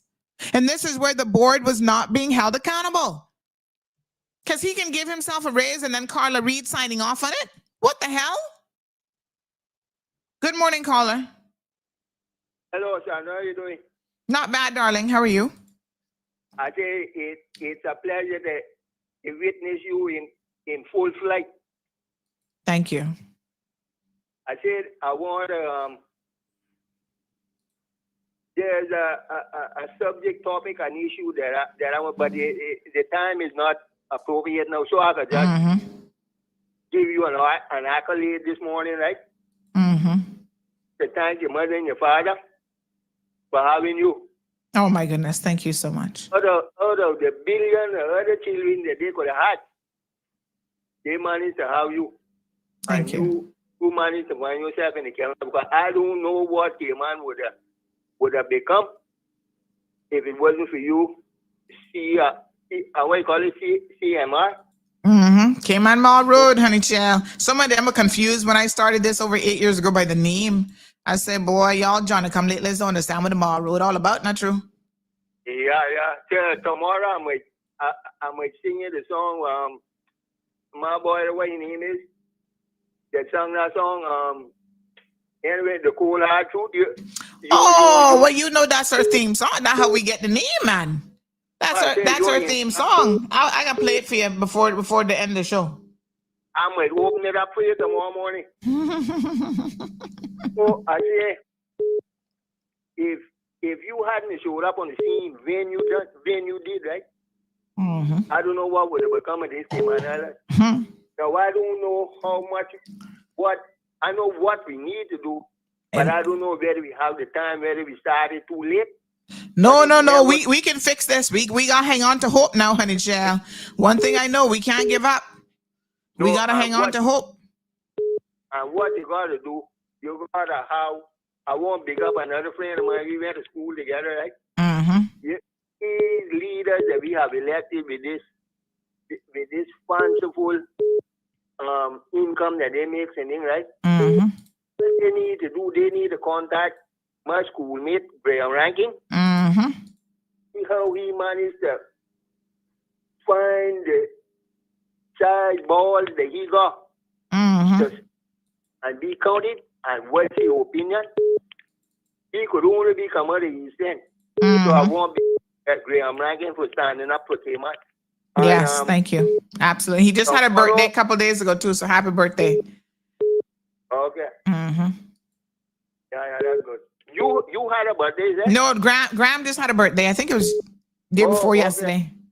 Yeah, but you can tell him, say that he try to have another one next month, so I can sing in the Cool Heart. And so I could give you time now to sign off, but I could thank you, darling. And the lady that called in today, all fired up now. Boy, I tell you, this place really needs and our leaders. I don't know really what they are. Well, some of them look like they're a little bit timid, but they say they're following the process. So we gonna give them time. Let's give them time. I will do that. But if they don't come through in time, we could give you that order and fire up. Yep. All right. Don't worry. We give them a little blight. Thank you, darling. I appreciate it. All right. Thanks. Good morning, caller. We got another. Good morning, caller. Good morning, honey child. How is my first lady doing today? Just as I was looking at the time going, at 9:30, I can start cussing here. You calling me? That's what I call it for. That is exactly what Aye. I said my first lady. Okay. I got behave. But you know I want to tell that Patrick about his blood clot self this morning. Lord, I rebuke this girl in the name of Jesus Christ of Nazareth this morning. Pray for me, child. Pray for me. Because Aunt Lottie would have been washing my mouth out with some soap right about now. I want to stay tuned, so kindly behave yourself. And be professional with this. All right. I can tell you not to listen for about 5 minutes because I really want to just say a few little words and you can tune back in. How's that? Listen, I want to hear everything. Listen, I just also want to give an update on yesterday's event, the situation with the police. Listen, stop, stick a pin. Mr. Amelia, I got to tell you what I told Kenneth Bryan the other day. Read the room. There's not a time for that discussion. We're going to come back. We're going to come back to the popo on another day. Right now, we're talking about Patrick. So unless you got something specific to say about Patrick, you leave the popo alone on this show here today. No, ma'am. We'll come back to them. 2 minutes. 2 minutes. Just give me 2 minutes. Oh, I Lord. just wanted to let you know Y'all that can't the stay on superiors topic, heard it. Nina. All right, go on. Superiors heard it and send other officers out there to ticket what the first officers refused to do. All So right. I just wanted to say that. Okay. Yeah? All right. They got the job done. Thank you, my darling. Yes, I got the job done. Behave yourself. I'm tuned in. Thank you. All right. Patrick, maybe she's still on the line. She not hung up properly yet. So I can drop a few words. Patrick, you're a fucking idiot and a troll. And let me tell you something. If that was my Aunt Lottie that was working at Botanic Park that you were stressing out, giving her heart palpitations and whatever, I would come and find you, you know? You think people joking with you? You are literally making these seniors sick, falsely accusing them of foolishness when it is not even true. The people you are accusing that you've contacted are not the people who provided me with anything. Leave them people alone. I don't even have their numbers. And I guess they don't have mine either, because if they did, they should be reaching out. You trying to intimidate people. Now, I wasn't surprised when somebody said to me the other day that, oh, but you don't know Patrick, him and Chris Saunders, big time friends. You see, this man has been insulated. He has been protected by too many people to the point where he actually believes that he could have had that meeting yesterday and I wasn't going to light his fucking ass up again today. That what he believed, you know? Somebody send me Patrick's number so I can call him. Because you gonna stand up and call my fucking name in a meeting about you gonna get a hold of my phone? I want you to come do it. As a matter of fact, I gonna give you the phone. You're not gonna get it in the way that you think, but I gotta give it to you. Come and take it. Because as them Caymanian people would say, you are rank. You believe that your shit don't stink when it smells like you wallowing with pigs. Don't come for this Caymanian here today. Good morning, caller. That's all the cussing I can do. I can behave now. Yes, please, Miss Sandra.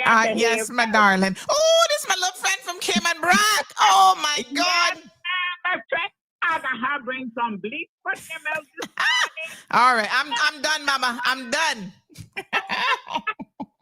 All right, I know this is not your topic this morning, but I just want to get these two little 2 cents word in. Uh-huh. All right. I just want the public of Cayman Brack to hear that on the 20th of this month, the fundraising for Philip Turner at Fort Bay Park, it will be Thompson Castle. Yes.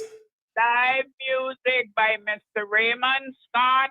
And anybody that wants to donate anything, their time or whatever they want to do, there's free. Somebody sent me, I gotta find that message now, because somebody sent me a flyer about this and I need to put it up for him. That was me. That was you? Me. Oh my gosh. Yeah, what now? Who you think that was me? I didn't even realize it. Oh, Miss Valda. Okay. I can put it, I forgot, you know. I said, yeah, I was gonna post it. And we don't charge to post none of that. But child, I done forgot about that, so I'm gonna do it. And you say that's happening on the 20th? Oh, I'm not gonna be here. I'm gonna be gone on my vacation. But all right, I gotta post that up today. For all of the crap that you going on there with, you need a break, but Miss Vanya, do not get carried away. Just let them see you above them, but I can understand your point. Thank you, my darling. You know, the Bible says, be careful who you put on your platform. So that's what we are doing. Mm-hmm. Yep. My God. Right, so, yeah. So what a I mess. just want the public that came and back from east to west to hear that this morning. That Thank you. The fundraising for Philip Turner will be on the 20th, and it will be Thompson Castle live music by Mr. Raymond Scott. Thank you so much. The food sale, and they can donate anything, their free time or whatever they want to do. Yes, ma'am. I appreciate it. Thank you. And you can just take it up from there with the flyer. All right, darling. I will post it up. Thank you again. Okay, then, Miss Sandra, you have a good day. Okay, darling. Thank you. Okay then. All right. Yeah, so that's a fundraiser. We're going to post that up. Cayman Brackers, please go out and support one of our own having ill health and needs a little bit of assistance. And this is now where Caymanians are the most amazing people. We come together and do what we got to do. And we got to come together with a lot of issues around the place. So, like I was saying, Patrick, please do yourself a favor. Don't come for me, because you know I try to stay in my little corner, believe it or not, and behave. You know, as I'm old people say, you don't got no behavior. I got behavior because I'm standing up for the right thing, and I'm standing up for Caymanians. I'm standing up for the civil servants, and I'm standing up for people who do the right thing. You're not doing the right thing, no way, shape, or form. And so you're upset because you got called out for all of your wrongdoing? Oh, how dare she? You must have gone mad. Caller. Or mass. Back again. Hello. So the name of this entity is what? The Cayman Islands National Attractions Authority. It went from being a tourism attraction board to that. So they have their own legal personality. Yes. And government has the right to appoint the board. Yes, the elected arm appoints the board. And the board has specified in regulations a procedure for this disciplinary action that they would take. Yes, there's the law that governs SAGCs and the procedure. Which law is that? Well, I guess they have the public service management law. PSML is what they're going off of. Okay, but the procedure is a deputy governor because he's not a civil servant. It's an SAGC. The board has to deal with him. Now, mind you, we've seen instances where the boards have terminated people before, even at the port. They've gotten rid of people for far less than this. Right. And who is the major shareholder of this entity? The Cayman Islands government, 100%. And what rights does the major shareholder have in these such circumstances of illegality? Well, I would have thought that the most obvious right was to involve the police, but they say that they don't want nothing to do with it.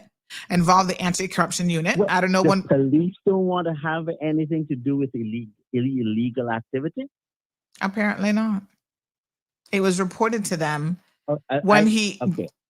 I need to make sure that I heard you correctly. Are you serious? Well, I have the correspondence.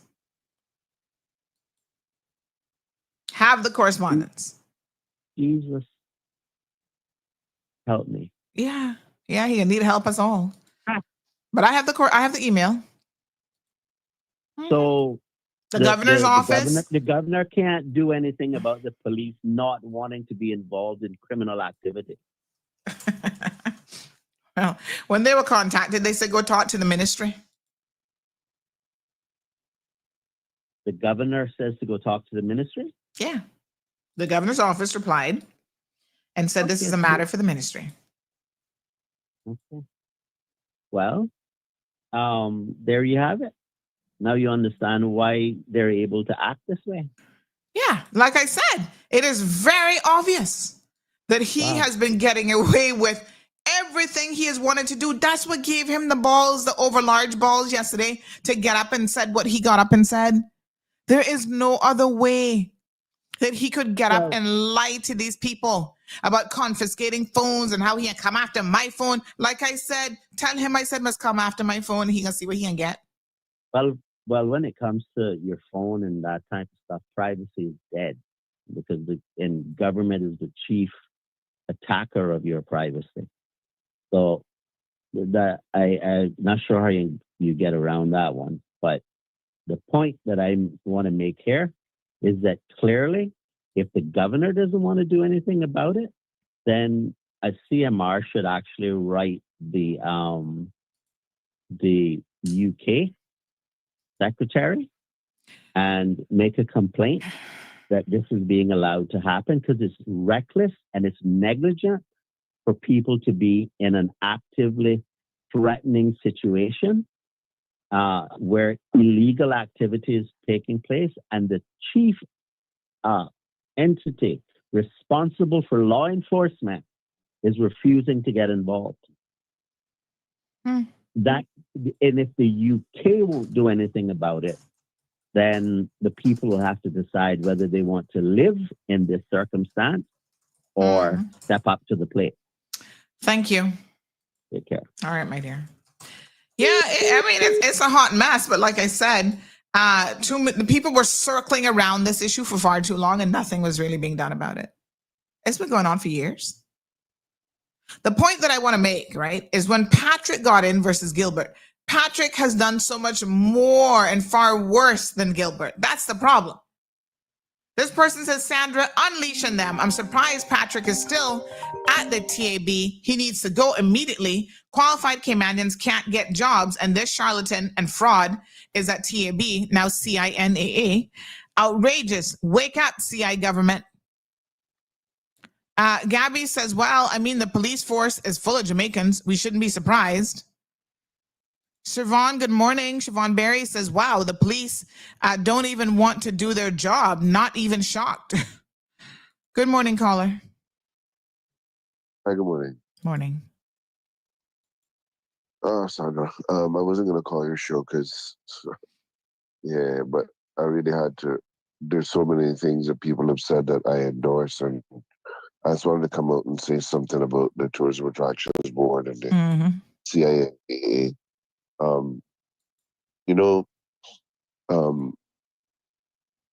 In fairness to Patrick,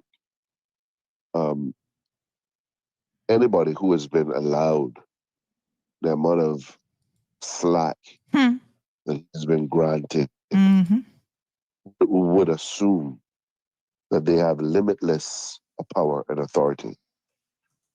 And he has been given that slack, enough rope to hang himself, it seems. And he's certainly taken it. He has taken it hook, line, and sinker. But I have to say that this all starts with the chairman of the board, and it never used to be like that.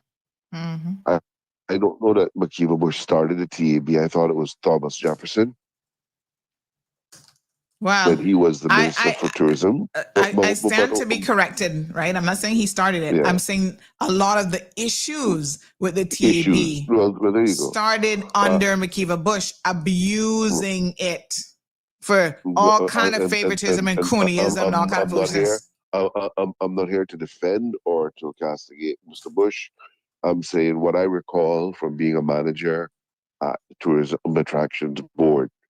I recall seeing photos. I think the one that they had on the wall there, they had like a wall of fame, or a wall of who the chairmen were.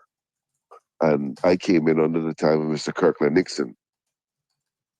And Mr. Nixon definitely would not have tolerated any of this. But the board always had an affinity to petting and pampering bad practices by the director. And back then it was the CEO. You mentioned Mr. Clonley, and I can tell you that I have countless emails. I still have a paper trail of communication to the board about infractions and about recommendations and things, and all because that thing that we had, that problem we have in Cayman, where if something isn't your idea, you don't support it, even though it's a good idea, because you're not getting the thunder for it. That is something that has been prevalent at the Tourism Attractions Board, and it's passed on, it seems, in the CINAA. I'm so glad to know that you called Patrick out, though, on this bullying of staff, because that used to be a prevalent practice of his in more than one situation, and that's something that's alert behavior. I wrote a comment on your thing just now saying that if Karen is synonymous with white privilege, the name Patrick will now become, or it should become, synonymous with the many Jamaican expats who are here in positions of authority, who are abusing not only their position, but the Caymanian people. And this has become something that has been allowed. We have allowed our people to become subjugated and relegated and ostracized and put to the lowest, the second class citizens in our own country. And that is wrong. Yeah. And Tourism Attractions Board, or CINAA, is not the only entity that this is going on with. You could have another segment on this concerning the general registry, and it would be the same thing, where there are people in positions of authority who refuse to do their jobs, but they're all being paid handsomely for it. And these people pick and choose. It's like cherry picking what they decide to work on, depending on who the friends are that it will affect. They deal with them. They deal with their network. It's all about, and this is going on far too long in Cayman, and it's something that has now become a norm. And I don't know how it is we're going to fix it, because our people, like you have recognized, a lot of them now they're afraid to speak up. It's like we're living in a communist state. Nobody wants to call out anybody. You know, it's I'll pray about it, or I'll leave it to God. Yes, we should all have strong faith, but if we don't do something for ourselves, nothing is going to happen to change anything. God ain't sending any lightning from the sky. So I'm asking anybody and everybody who has something to say to speak up and speak out about any type of injustice like this that's going on. I have to tell you, and I have to tell the people of the Cayman Islands, that I actually just had a meeting with the new Minister for Tourism concerning the Tourism Attractions Board and the CINAA. And I was, to say I was disappointed would be an understatement, because I really thought that a new administration, firstly, if the people vote, and I just want to, if the people vote, if we have a national election and the people vote and they select new members of parliament, it should stand to reason that they don't only want a new representative, they want new members of a board, they want a new chief officer in the particular ministries, because if not, we are just inviting more of the same. And this is a problem. So if the DG is listening, he needs to be aware that insulating chief officers by keeping them in their positions, and granted, I understand that many of them acquire experience in a certain area or expertise, but also if they create a network, it leads to corruption. Yeah. And there's a very valid. That is what is wrong. Let me just say this. You brought up something that somebody else mentioned to me, and I think it has some validity, right? They said no chief officer should stay in any given ministry too long, because it becomes a problem. They themselves become too insulated, and there are lots of things happening under their watch. Now, of course, you can ask the question of, what needs to be done to make sure that these chief officers can be subject matter experts, so to speak. But to be fair, Strand Bodden wasn't a subject matter expert when he went into tourism. He wasn't. Exactly. Thank you so much for calling out in particular, Mr. Bodden. But I think it goes across the board. I think it should be that if you're a chief officer, you should be rotated around just so you can get a broader understanding of what all of the government departments are doing. That way you can understand what the synergies are, what is more efficient to do for the people of the Cayman Islands. Because there are natural synergies, and there are some synergies between ministries that just happen to be things that you will not discover unless you go and work in that ministry particularly. It's common sense. So there's no reason why this insulation of, oh no, you have to stay in tourism. Yeah. You've been there now 17 years. Yes. But and maybe this is where, we admit that Mr. Manderson can't do anything about Thompson, but this is where now maybe he needs to think strategically about what can happen with Strand Bodden and other chief officers. But he has to, and he should, because in particular, a chief officer has sat down as a de facto member of the board and turned a blind eye to all of this. If you had not brought this out to the public, nothing would have been done about it. And that is wrong, because that is not your job to do. That's their job to do. They're the checks and balances in the system. So if there's no checks and balances in the system, we create Patricks. We create Patricks in Cayman every day. We have done it in the private sector with banking. Caymanians no longer are allowed even credit in their own country. But every Jamaican that you see in our country has a house, and there's a Jamaican credit officer who's giving them a loan and setting them up in Cayman. They're lined up at NAU looking for housing in their own country. But before I leave, I just want to say one thing, and I want this to be food for thought, because this is very important. I know I'm really stuffy this morning, and a lot of people probably don't recognize my voice, but I need to say this. There is no jurisdiction in the region that would allow a foreign national to become the director of their national authority. It wouldn't happen in Haiti, Dominican Republic, Bahamas, Jamaica. You name them, go down Trinidad, Barbados, go down the line. And I want to remind the country of one thing. That's right. I want to remind the country of one thing. Of your tourism product, your national identity. It's your national tourism product. What does someone who came to your country just yesterday know about your heritage and know about your culture? They might be a nice guy. It might be a good pastor, somebody that goes to your church. That got nothing to do with him doing the job. That he's that got nothing to do with the job that you put the brother in. What you put him there for, and just the fact but and to the core of that, what is so hurtful? What is so hurtful? What is so disrespectful? What is so I can't even find the words for the way I feel about it, right? But the most egregious, that's a word that you use a lot, right? I mean, of this whole thing is that when we bring things like that up, people would look at you as a Caymanian and go, well, you must be against Jamaicans. Are you kidding me? Nope. Which, and I'm going to put it like this, had the roles been reversed or the shoe been on the other foot. And that they would never do that in Jamaica. Trust me, them Jamaicans would have been protesting. That's right. Rightfully so. They would never tolerate it. They would run us out. Yeah, Caymanian can't go there and run the Jamaican national tourism product. And we wouldn't expect it.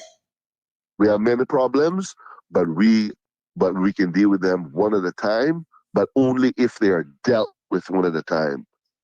And as you said before, the governor and the previous caller, I endorse what he said. Somebody needs to take this by the reins, like Katina Anglin tried something with the governor before it went to the Privy Council. Somebody needs to take this as far as it needs to go, if it needs to go to the Foreign Commonwealth Office, because this is an abusive office, clearly and blatantly, if nobody in government can do anything about it. And I hope that the new chairman of the board will definitely do something about it, him being a man of the law, because there's no way in the world that it's fair. It's not fair to the Cayman people. It's not, I mean, it's ridiculous, man, to listen to all of this. It's really sad, and anyway, I've said this many times before and people look at me. Matter of fact, I said at job fair the other day. I said to a young lady, I said, I created the Cayman Craft Market. And she says, you own the craft market? I says, no, I don't own the craft market. I don't own the craft market. It's my intellectual property that it was created. But it was created for the people of the Cayman Islands. It wasn't created for me alone. It wasn't created for me to say that it's not like a work of art of a song that I wrote. No, it's a national craft market. And it's sad to see that it's gone to the stage and it's gone to. But I have to defend myself here and let you know. When the craft market was created under Youngblood Productions, my company, and we started at the almond tree, I didn't charge $1 to any of the vendors who were there. And they were all indigenous heritage crafters. I drove from West Bay to East End to pick up this Carmen. She can testify to it. So she could be an East End trader. Miss Simone and them from the BRAC would fly down. They can testify to it. Mr. Tenson, all of them, they know I always accommodated everybody because they were indigenous Caymanian people. It was about creating them a place to create their art and to sell and make some money. When it went under the Tourism Attractions Board, Mr. Connolly with his harebrained idea was they must be charged a token fee. And he tried to turn the craft market into a revenue earner. I understood that from his position as a CEO, but it ruined the role model of what I started and created. And that evolution led to the Tourism Attractions Board voting that the craft market could accommodate vendors and not only crafters. Vendors as in people who buy little knickknacks that say made in China, but it says Cayman Islands on it. I had a job to do, so when my boss passed down to me, he said, these people have been licensed. My job was to make sure that they could sell what they were licensed for, nothing more and nothing less. People turned around and all of a sudden it became Notch, he out there letting people sell things from China. No, not Notch doing it. That's not my job responsibility. My job responsibility is to make sure that the people who are hair vending have a license. And the licenses weren't issued by me. They were issued by the director and the former CEO. Okay? All right, my dear. Leave Thank me you there. very I much. really Have a great appreciate day. it. I appreciate it so much. So just a couple Thank you. things that I do want to clarify, and I thank the listeners of the program.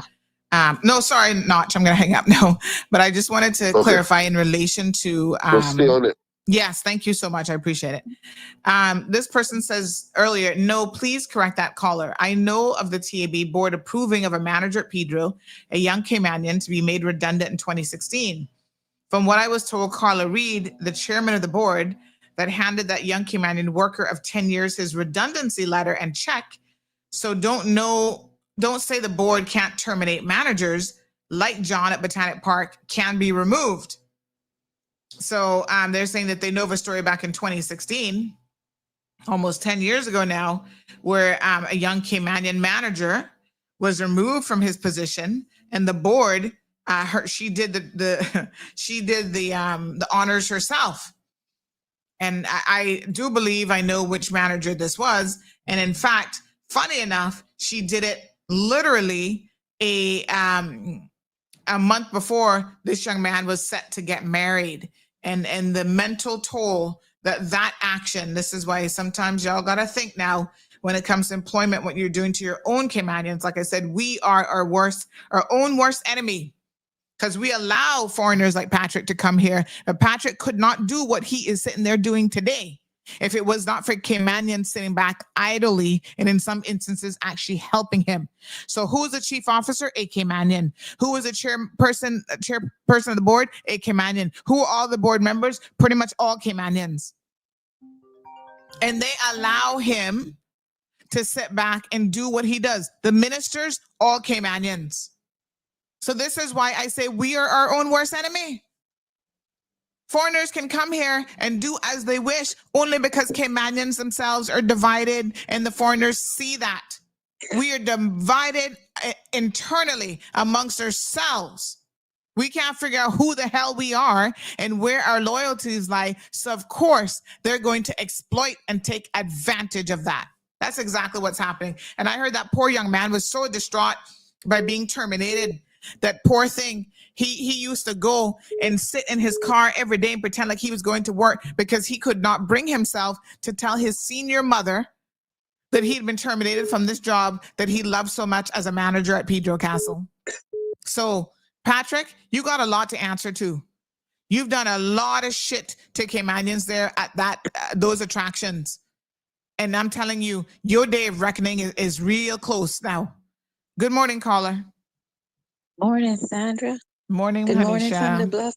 Me and How the you cats doing? listening very intently. Oh, gosh. Thank you very much. Thank you. Listen, yeah, Telma sits in my lap and listens to CMR. Yes, sir. And she's very into it. If you could talk, she would tell you what's there.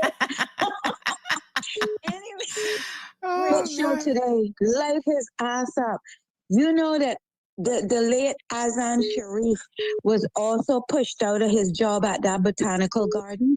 They were giving him so much stress. That same John Lawrence asshole asswipe came from another country out of a slop pail because he couldn't find nothing else to do but live in a slop pail where he came from. I think he's from Australia, and I think that's where he's from. Australia. Oh, I don't even know. Anyway. But that would explain why he paying another Australian $5,000. You see, these people come here, they take care of all their own people. I didn't even know where he was from, but when you say that, that kind of makes sense. He was from Australia. I can afford to So they take care of all of their own people, but Caymanians not being taken care of in our own fucking country? You know we got a problem. We have a problem, and if we don't stand up now, that child worked there diligently. He was a good employee, and he know he island. He know he this, and he know he that. He raised up in good grooming from his grandmother's Miss Gogo and late Miss Gloria Bell, and everybody know her. They are very much Native people, and you know they treated that child so bad. I was at the house one day, and he was telling me what going on up there, and he was so upset that he was getting so horribly disenfranchised and prejudiced for this and prejudiced for that. And I said, what's going on? And I said, let me write a letter for you to write to the head of the TAB there. And it was Gilbert at the time. He was still there. And I wrote the letter for him, and he took it into them. And they fired that child after he wrote a letter explaining all the stuff that he was going through. I didn't really want to bring it up because, you know, I don't want him. Because he passed on, Beautiful person. He didn't deserve a happy, but I look at it as God needed an angel. So, anyways, they threw him out of that job. That same Carla Reed, she needs to tell the people of this country how much millions her father, her adopted father, Dennis Foster, stole from the fucking public purse. It after 9:30, and went Costa Rica with it, where we have no extradition treaties in Costa Rica to extradite his ass back with our millions and started a fucking pepper farm estate and made millions off it. What should I give the people of the country back their fucking money? Won't get dirty and down in the gutter. She's not even their blood daughter. She was adopted. Oh God. All right, we're not going there. I understand she is his child, but an outside child. But listen, we're not going down that. I understand. Yeah, you know, she at the end of the day, she's one of us, but she just was not doing a good job in terms of being chairman of the board. Let's leave it at that. So, all right, my dear, I got somebody else trying to call in. Thank you. Okay, good. Bye. All right, caller. Good morning. And then there's a couple things from the law that I want to read. Go ahead, caller. Morning. Good morning, Sandra. Yes, morning, Jonathan. Yes, me again. Thank you for allowing me to speak again. First of all, listen, Notch, if you're still listening, what you spoke earlier is 100% the truth. Not only do I stand in agreement with you, but as a fellow Caymanian, I would stand with you in whatever way is possible to see real, productive return to what Cayman Islands needs. Notch spoke specifically and accurately to the extremely bad-minded cabal which exists in Cayman. It's not only those from Jamaica, but there is a definitive presence. I myself have experienced it multiple times over and been shut out, disavowed, specifically because I identify as a Caymanian, because I am a Caymanian. And I'm talking about government operations. Okay. And I am sure that I am, both Notch and myself are not the only ones who have seen this negative ended way, that the way it has been allowed to happen here in the Cayman Islands. And I agree 100% with Notch, and I've said it myself, and I will say it again. The tourism product of the Cayman Islands has to be returned back into the hands of generational Caymanians and none other. And to allow this to continue is just simply unacceptable. We are paying money to the Department of Tourism, to whatever they want to call the tourism attraction board nowadays, all manner of our Caymanian people's cost of living goes into this malarkey, this opportunistic miscreant crap, and it has to stop. Caymanian people, we own our tourism product. And to allow this to continue is wrong. It is unacceptable in the extreme. So anybody who is within the governmental administration of today, I would say this again, fuck up, buttercup, and do us right. Do us right here in Cayman. Because this Mr. Patrick is not the only one and it's not the only instance. Allowing for, and once again, in order to speak of this, one realizes that we will be called about being xenophobic and blah, blah, blah, blah. No, that is a lie. That is a gaslighting exercise at the hands of manipulative and abusive people who will not accept any given parameter of accountability for their extreme bad-mindedness towards the very people whose land and whose country they have come into and supplanted themselves into and expect to be so full of themselves, so bad-minded, so manipulative, so abusive that they think it's okay and not spoke the God's honest truth. Nobody else, no other island in the Caribbean, and I dare say no other country would stand for this.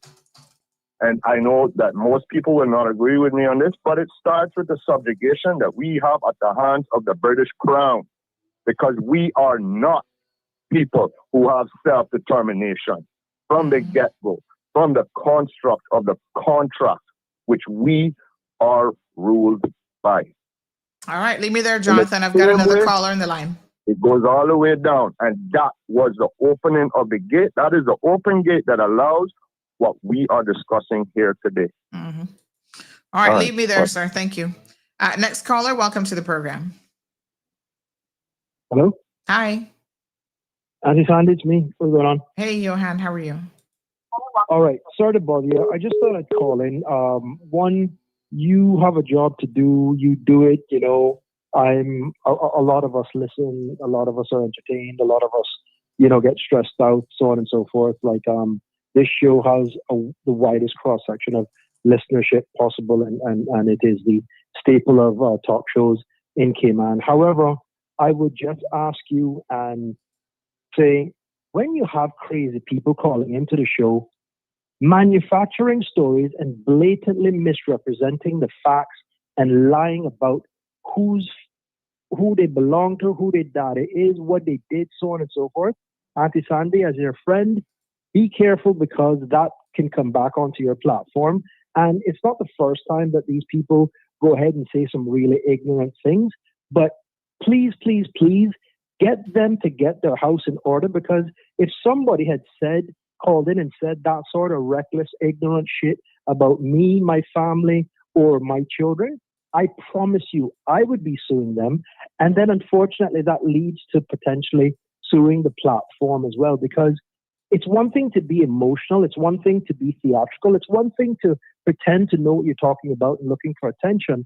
But when you categorically misrepresent the facts and state lies or things that you don't really understand, that puts everything that you say at risk. But more importantly, it puts the CMR platform at risk. So Kerry don't need to like Carla.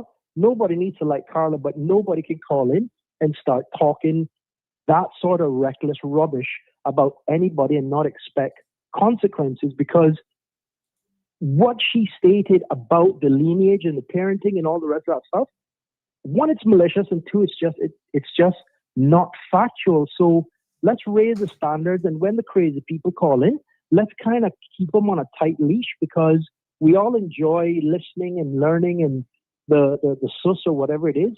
But how the saying goes, you've gone too far, Biggs.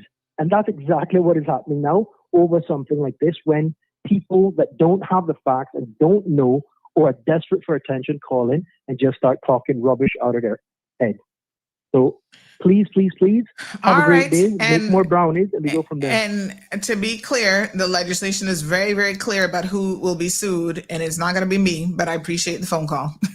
Thank All you right, take care. very, All very the much. You're not suing Facebook when people put incorrect stuff on Facebook. You're suing the person who puts it up. So go on and check your laws, people. All right, this person says, morning, Sandy. What a mess it is in Cayman with the majority of workers in high position in both private and public sector that are non-generational Caymanians who are looking out for their own countrymen. You know, I actually know of some of these people who are in management, and they have a very different position. They're like, no. I'm going to hire Caymanians.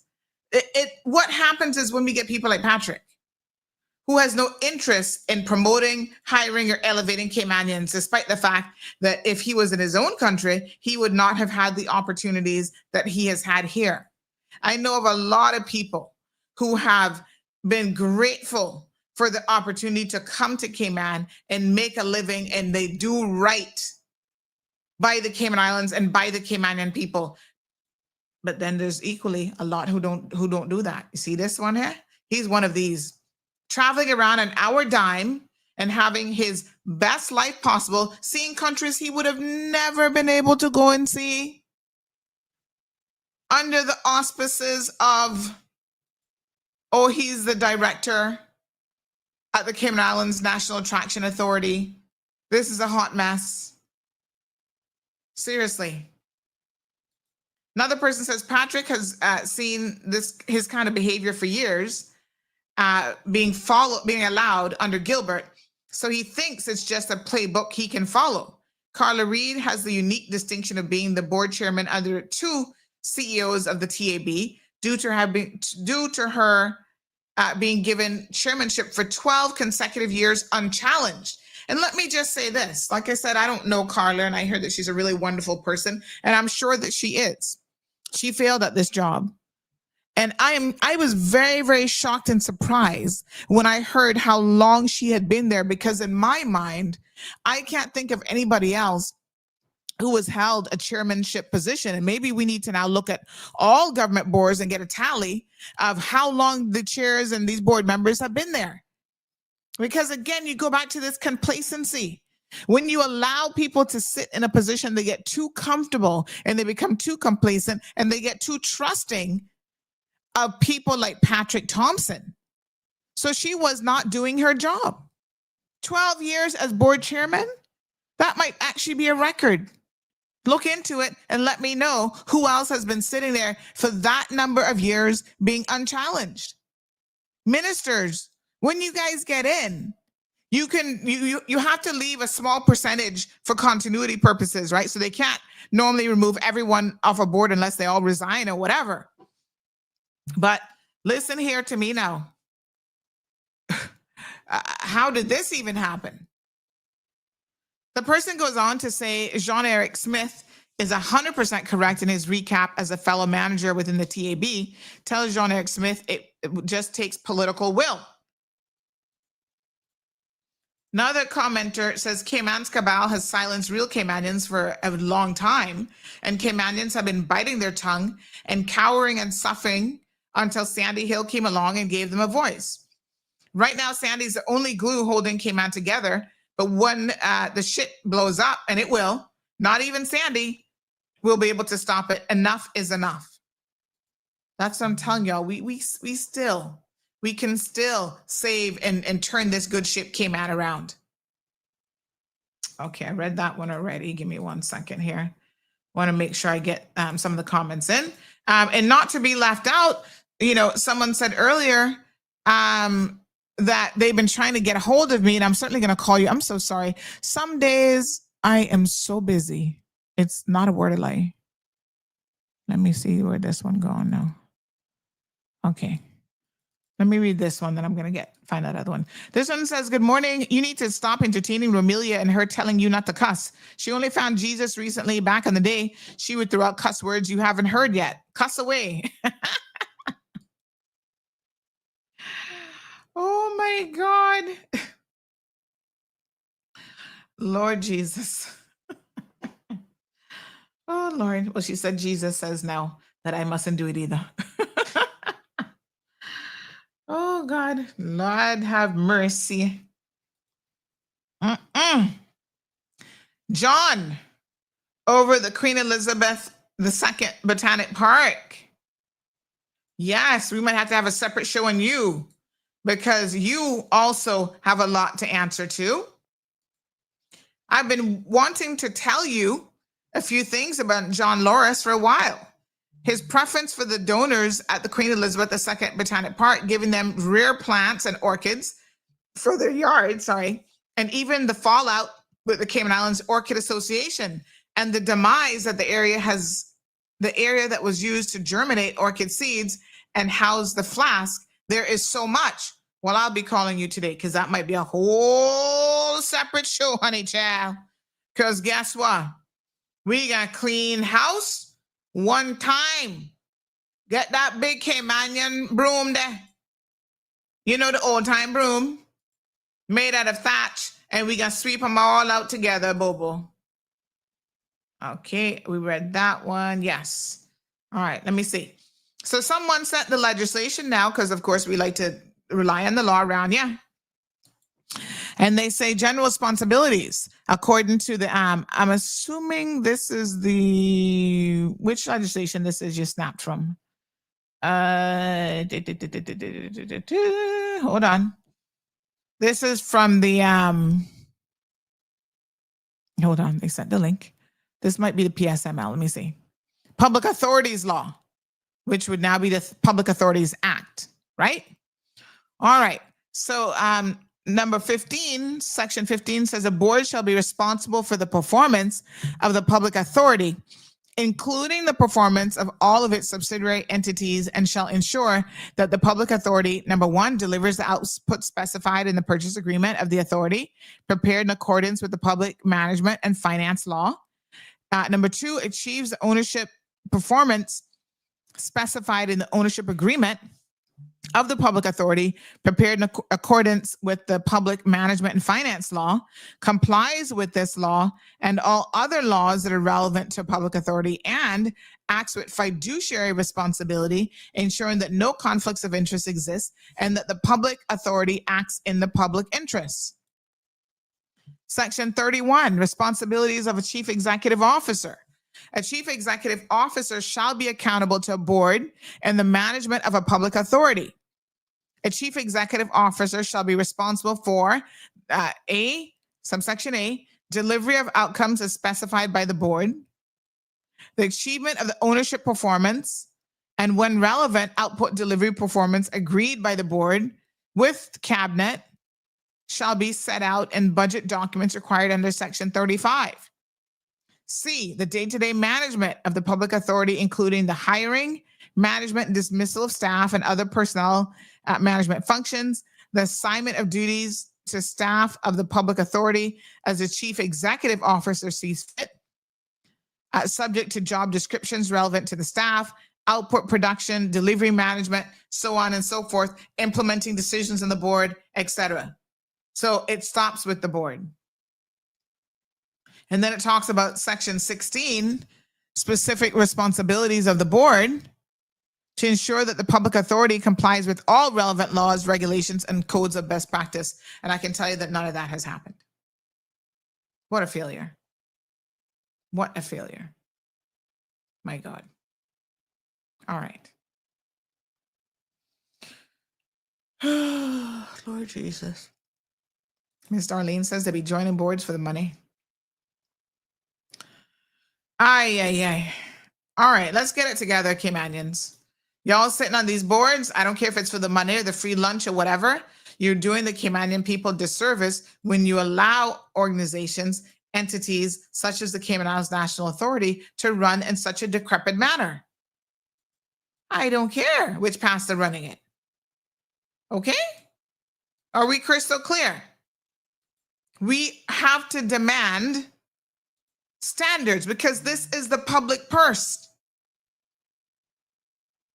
Someone says that period of tenure opens doors for corruption or creates issues as these complacency sets in. It should never, ever happen again. That's all I'm going to say. All right. I'll do a final quick reads and then we got to go because y'all need to get to work. And so do I, honey chill. All right. Let me see here now. Don't forget, Carla was invited to the young man's wedding as he thought she was a woman of principle, but the whole time had an agenda to fashion the TUB in her understanding. Oh, someone says, let's have a picture of John. Oh, the brooms are made of rosemary, not thatch. My apologies. Check me, yes. Check me, my Caymanian facts, honey chill. Woo, what a heat. I thought they made thatch brooms too. They didn't make thatch brooms? All right, let me see John. Where's John? We had a picture of him somewhere around the place. What a mess. It must be in this folder where we had the concubine pictures. Let me see. Oh my gosh, excuse my manners. So sorry. When I start doing that, that means I need to get up and move around. Here, there he is. And I mean, listen, I not got a problem with John, you know. I mean, he seems like an okay guy, whatever, but if you're breaking the law, you're breaking the law. If you're hiring your own when you could have been hiring Caymanians, if you're pushing the young little Caymanian fella out the door, may he rest in peace, them kind of things are wrong. We can't tolerate that. You don't come here and get the benefit of this country, being what it is, having such a nice, cushy job, and then turn around and mistreat Caymanians. We will not tolerate this any longer. And every time it's done to y'all need to start letting me know. This person says it's sad what the indigenous Caymanians are being subjected to. Such ungodly things in their own island of birth. They're pushing this non-Caymanian narrative for jobs, food, and the outrageous price tag and property, and the list goes on. The hotels no longer wanting Caymanians at their properties, but conveniently forget their situation after Hurricane Ivan and COVID. COVID being the more recent time that they needed locals. They're trying their best to push us Caymanians out and make us feel unworthy in our own islands. But if the islands get another major hurricane threat and see how fast they get on that plane and leaving us, the Caymanians, behind, and the few expats that are really accept Caymanians and the indigenous people of our beautiful islands. My fellow Caymanian people, get it together and unify as one. Take back what is your birthright. They didn't say birthright, but they said, what is your birth? But I'm going to say your birthright. Yes, they do have thatch brooms. Rosemary brooms are used to sweep the sand yards. The thatch was for inside. But I'm talking about the thatch ones. Yeah, sweep them because we sweep them from the inside straight out. Kaboom. Put them on their behind straight out the door. So look, you know, folks, thank you so much for another amazing show. Thank you to all of our callers and contributors. We are calling for accountability in this country, and it's as simple as that. I don't really care who your mama is, who your papa is. I don't care about any of that shit. We need accountability at all levels. If we want to have this world-class civil service, because we're not there yet, if we want it to be world-class, we've got to raise the bar. And it's civil servants, quasi-civil servants like Patrick Thompson and John Lawrence. By the way, his name isn't spelled Lawrence like that, it's spelled different. But whatever. The point is, what MO people used to say, you can do as something as long for as much as you want, but not for as long as you want. Your time is up. Your digits are up. It's time for you to go. If you had any sense, you'd bow out gracefully. But we expect the board to remove you. And I'm telling you, if the board refuses to do the right thing, it might be after I come back from my little vacation, but we can protest. We'll go right then protest and make every single person who is going to Pedro, going to Botanic Park, wherever, see that Caymanians are standing up for their own, for their national attractions once and for all. We need a Caymanian in these positions. And I dare say we have qualified Caymanians who can fill those positions. And I'll get more on John and what he's been up to, because yes, the Orchid Show is no longer there. And I mentioned it the other day. I heard it is for a very good reason why the Orchid Society decided that they could not work with him any longer. This is not good. One of the things I used to love doing, as John knows, because he's invited me on more than one occasion, is actually going to the Orchid Show and seeing what they had for offer. All right. We're going to be dealing with it. Okay. That's all I got to say. Folks, have a beautiful day. See you tomorrow morning. And please be safe out there on the roadway. And we will continue. This person says, I will never understand why Caymanians do not stick together, everyone else in solidarity, not to be racist or hateful, but as a sense of pride and protection of what they hold dear. All right. That's all she wrote. I will see you guys tomorrow. Please have a blessed day and be safe. Darlene says cowwitch brooms will be the best. She's like, give them a little something to remember while they're out going out the door. All right, my dear. Bye, guys, and have a fantastic day. Now, in honor of the gentleman who called earlier, that sounded like a nice West Bay accent, and he was saying, you know that song? That's George Jones, The Cold Hard Truth. This show was named really off of that, and so we're gonna play as our outro this morning instead of the regular see y'all tomorrow kind of outro. We're going to play this song because y'all need to listen very carefully to the chorus. Although he was talking about a different situation, the chorus and the words certainly apply to a lot of foolishness that's going on around. Yeah.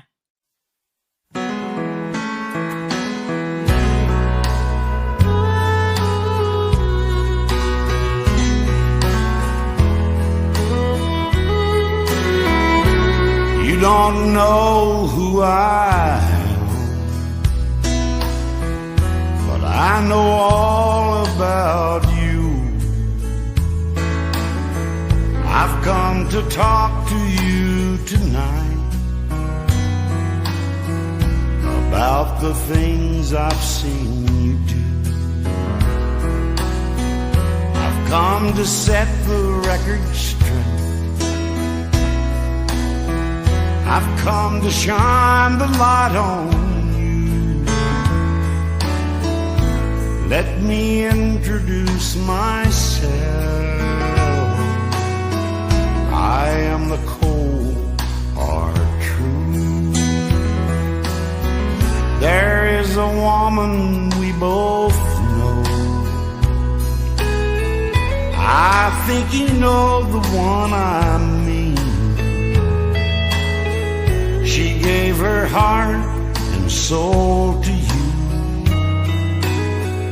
You gave her only broken dreams.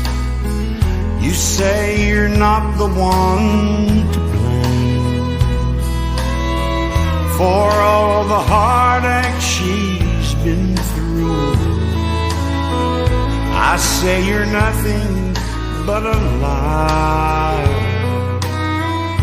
I'm the cold, hard truth. All your life, that's how it's been. Looking out for number one, taking more than you give, moving on when you're done.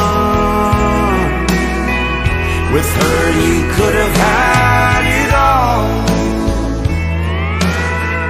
A family and love to last. If you had any sense at all, you'd go and beg her to come back.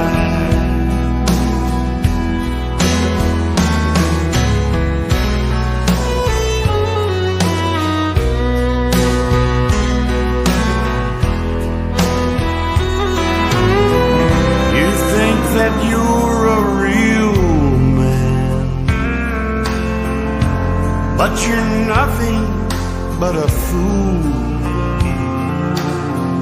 The way you run away from love, the way you try to play it cool. I'm gonna say this just one time. Time is running out on you. best remember me, my friend. I am the cold, hard truth. You best remember me, my friend.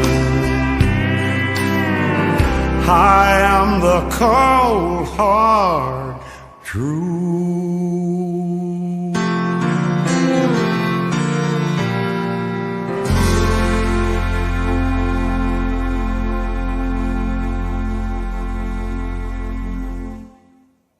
Well, honey child, I don't know about the rest of you, but I got up out of my seat and I was here just swaying with the music. I need get a little exercise and I was dancing. They don't make them like that no more, honey child. Them the songs that really spoke to you, and absolutely the cold hard truth. Y'all have a beautiful, fantastic Thursday. God bless.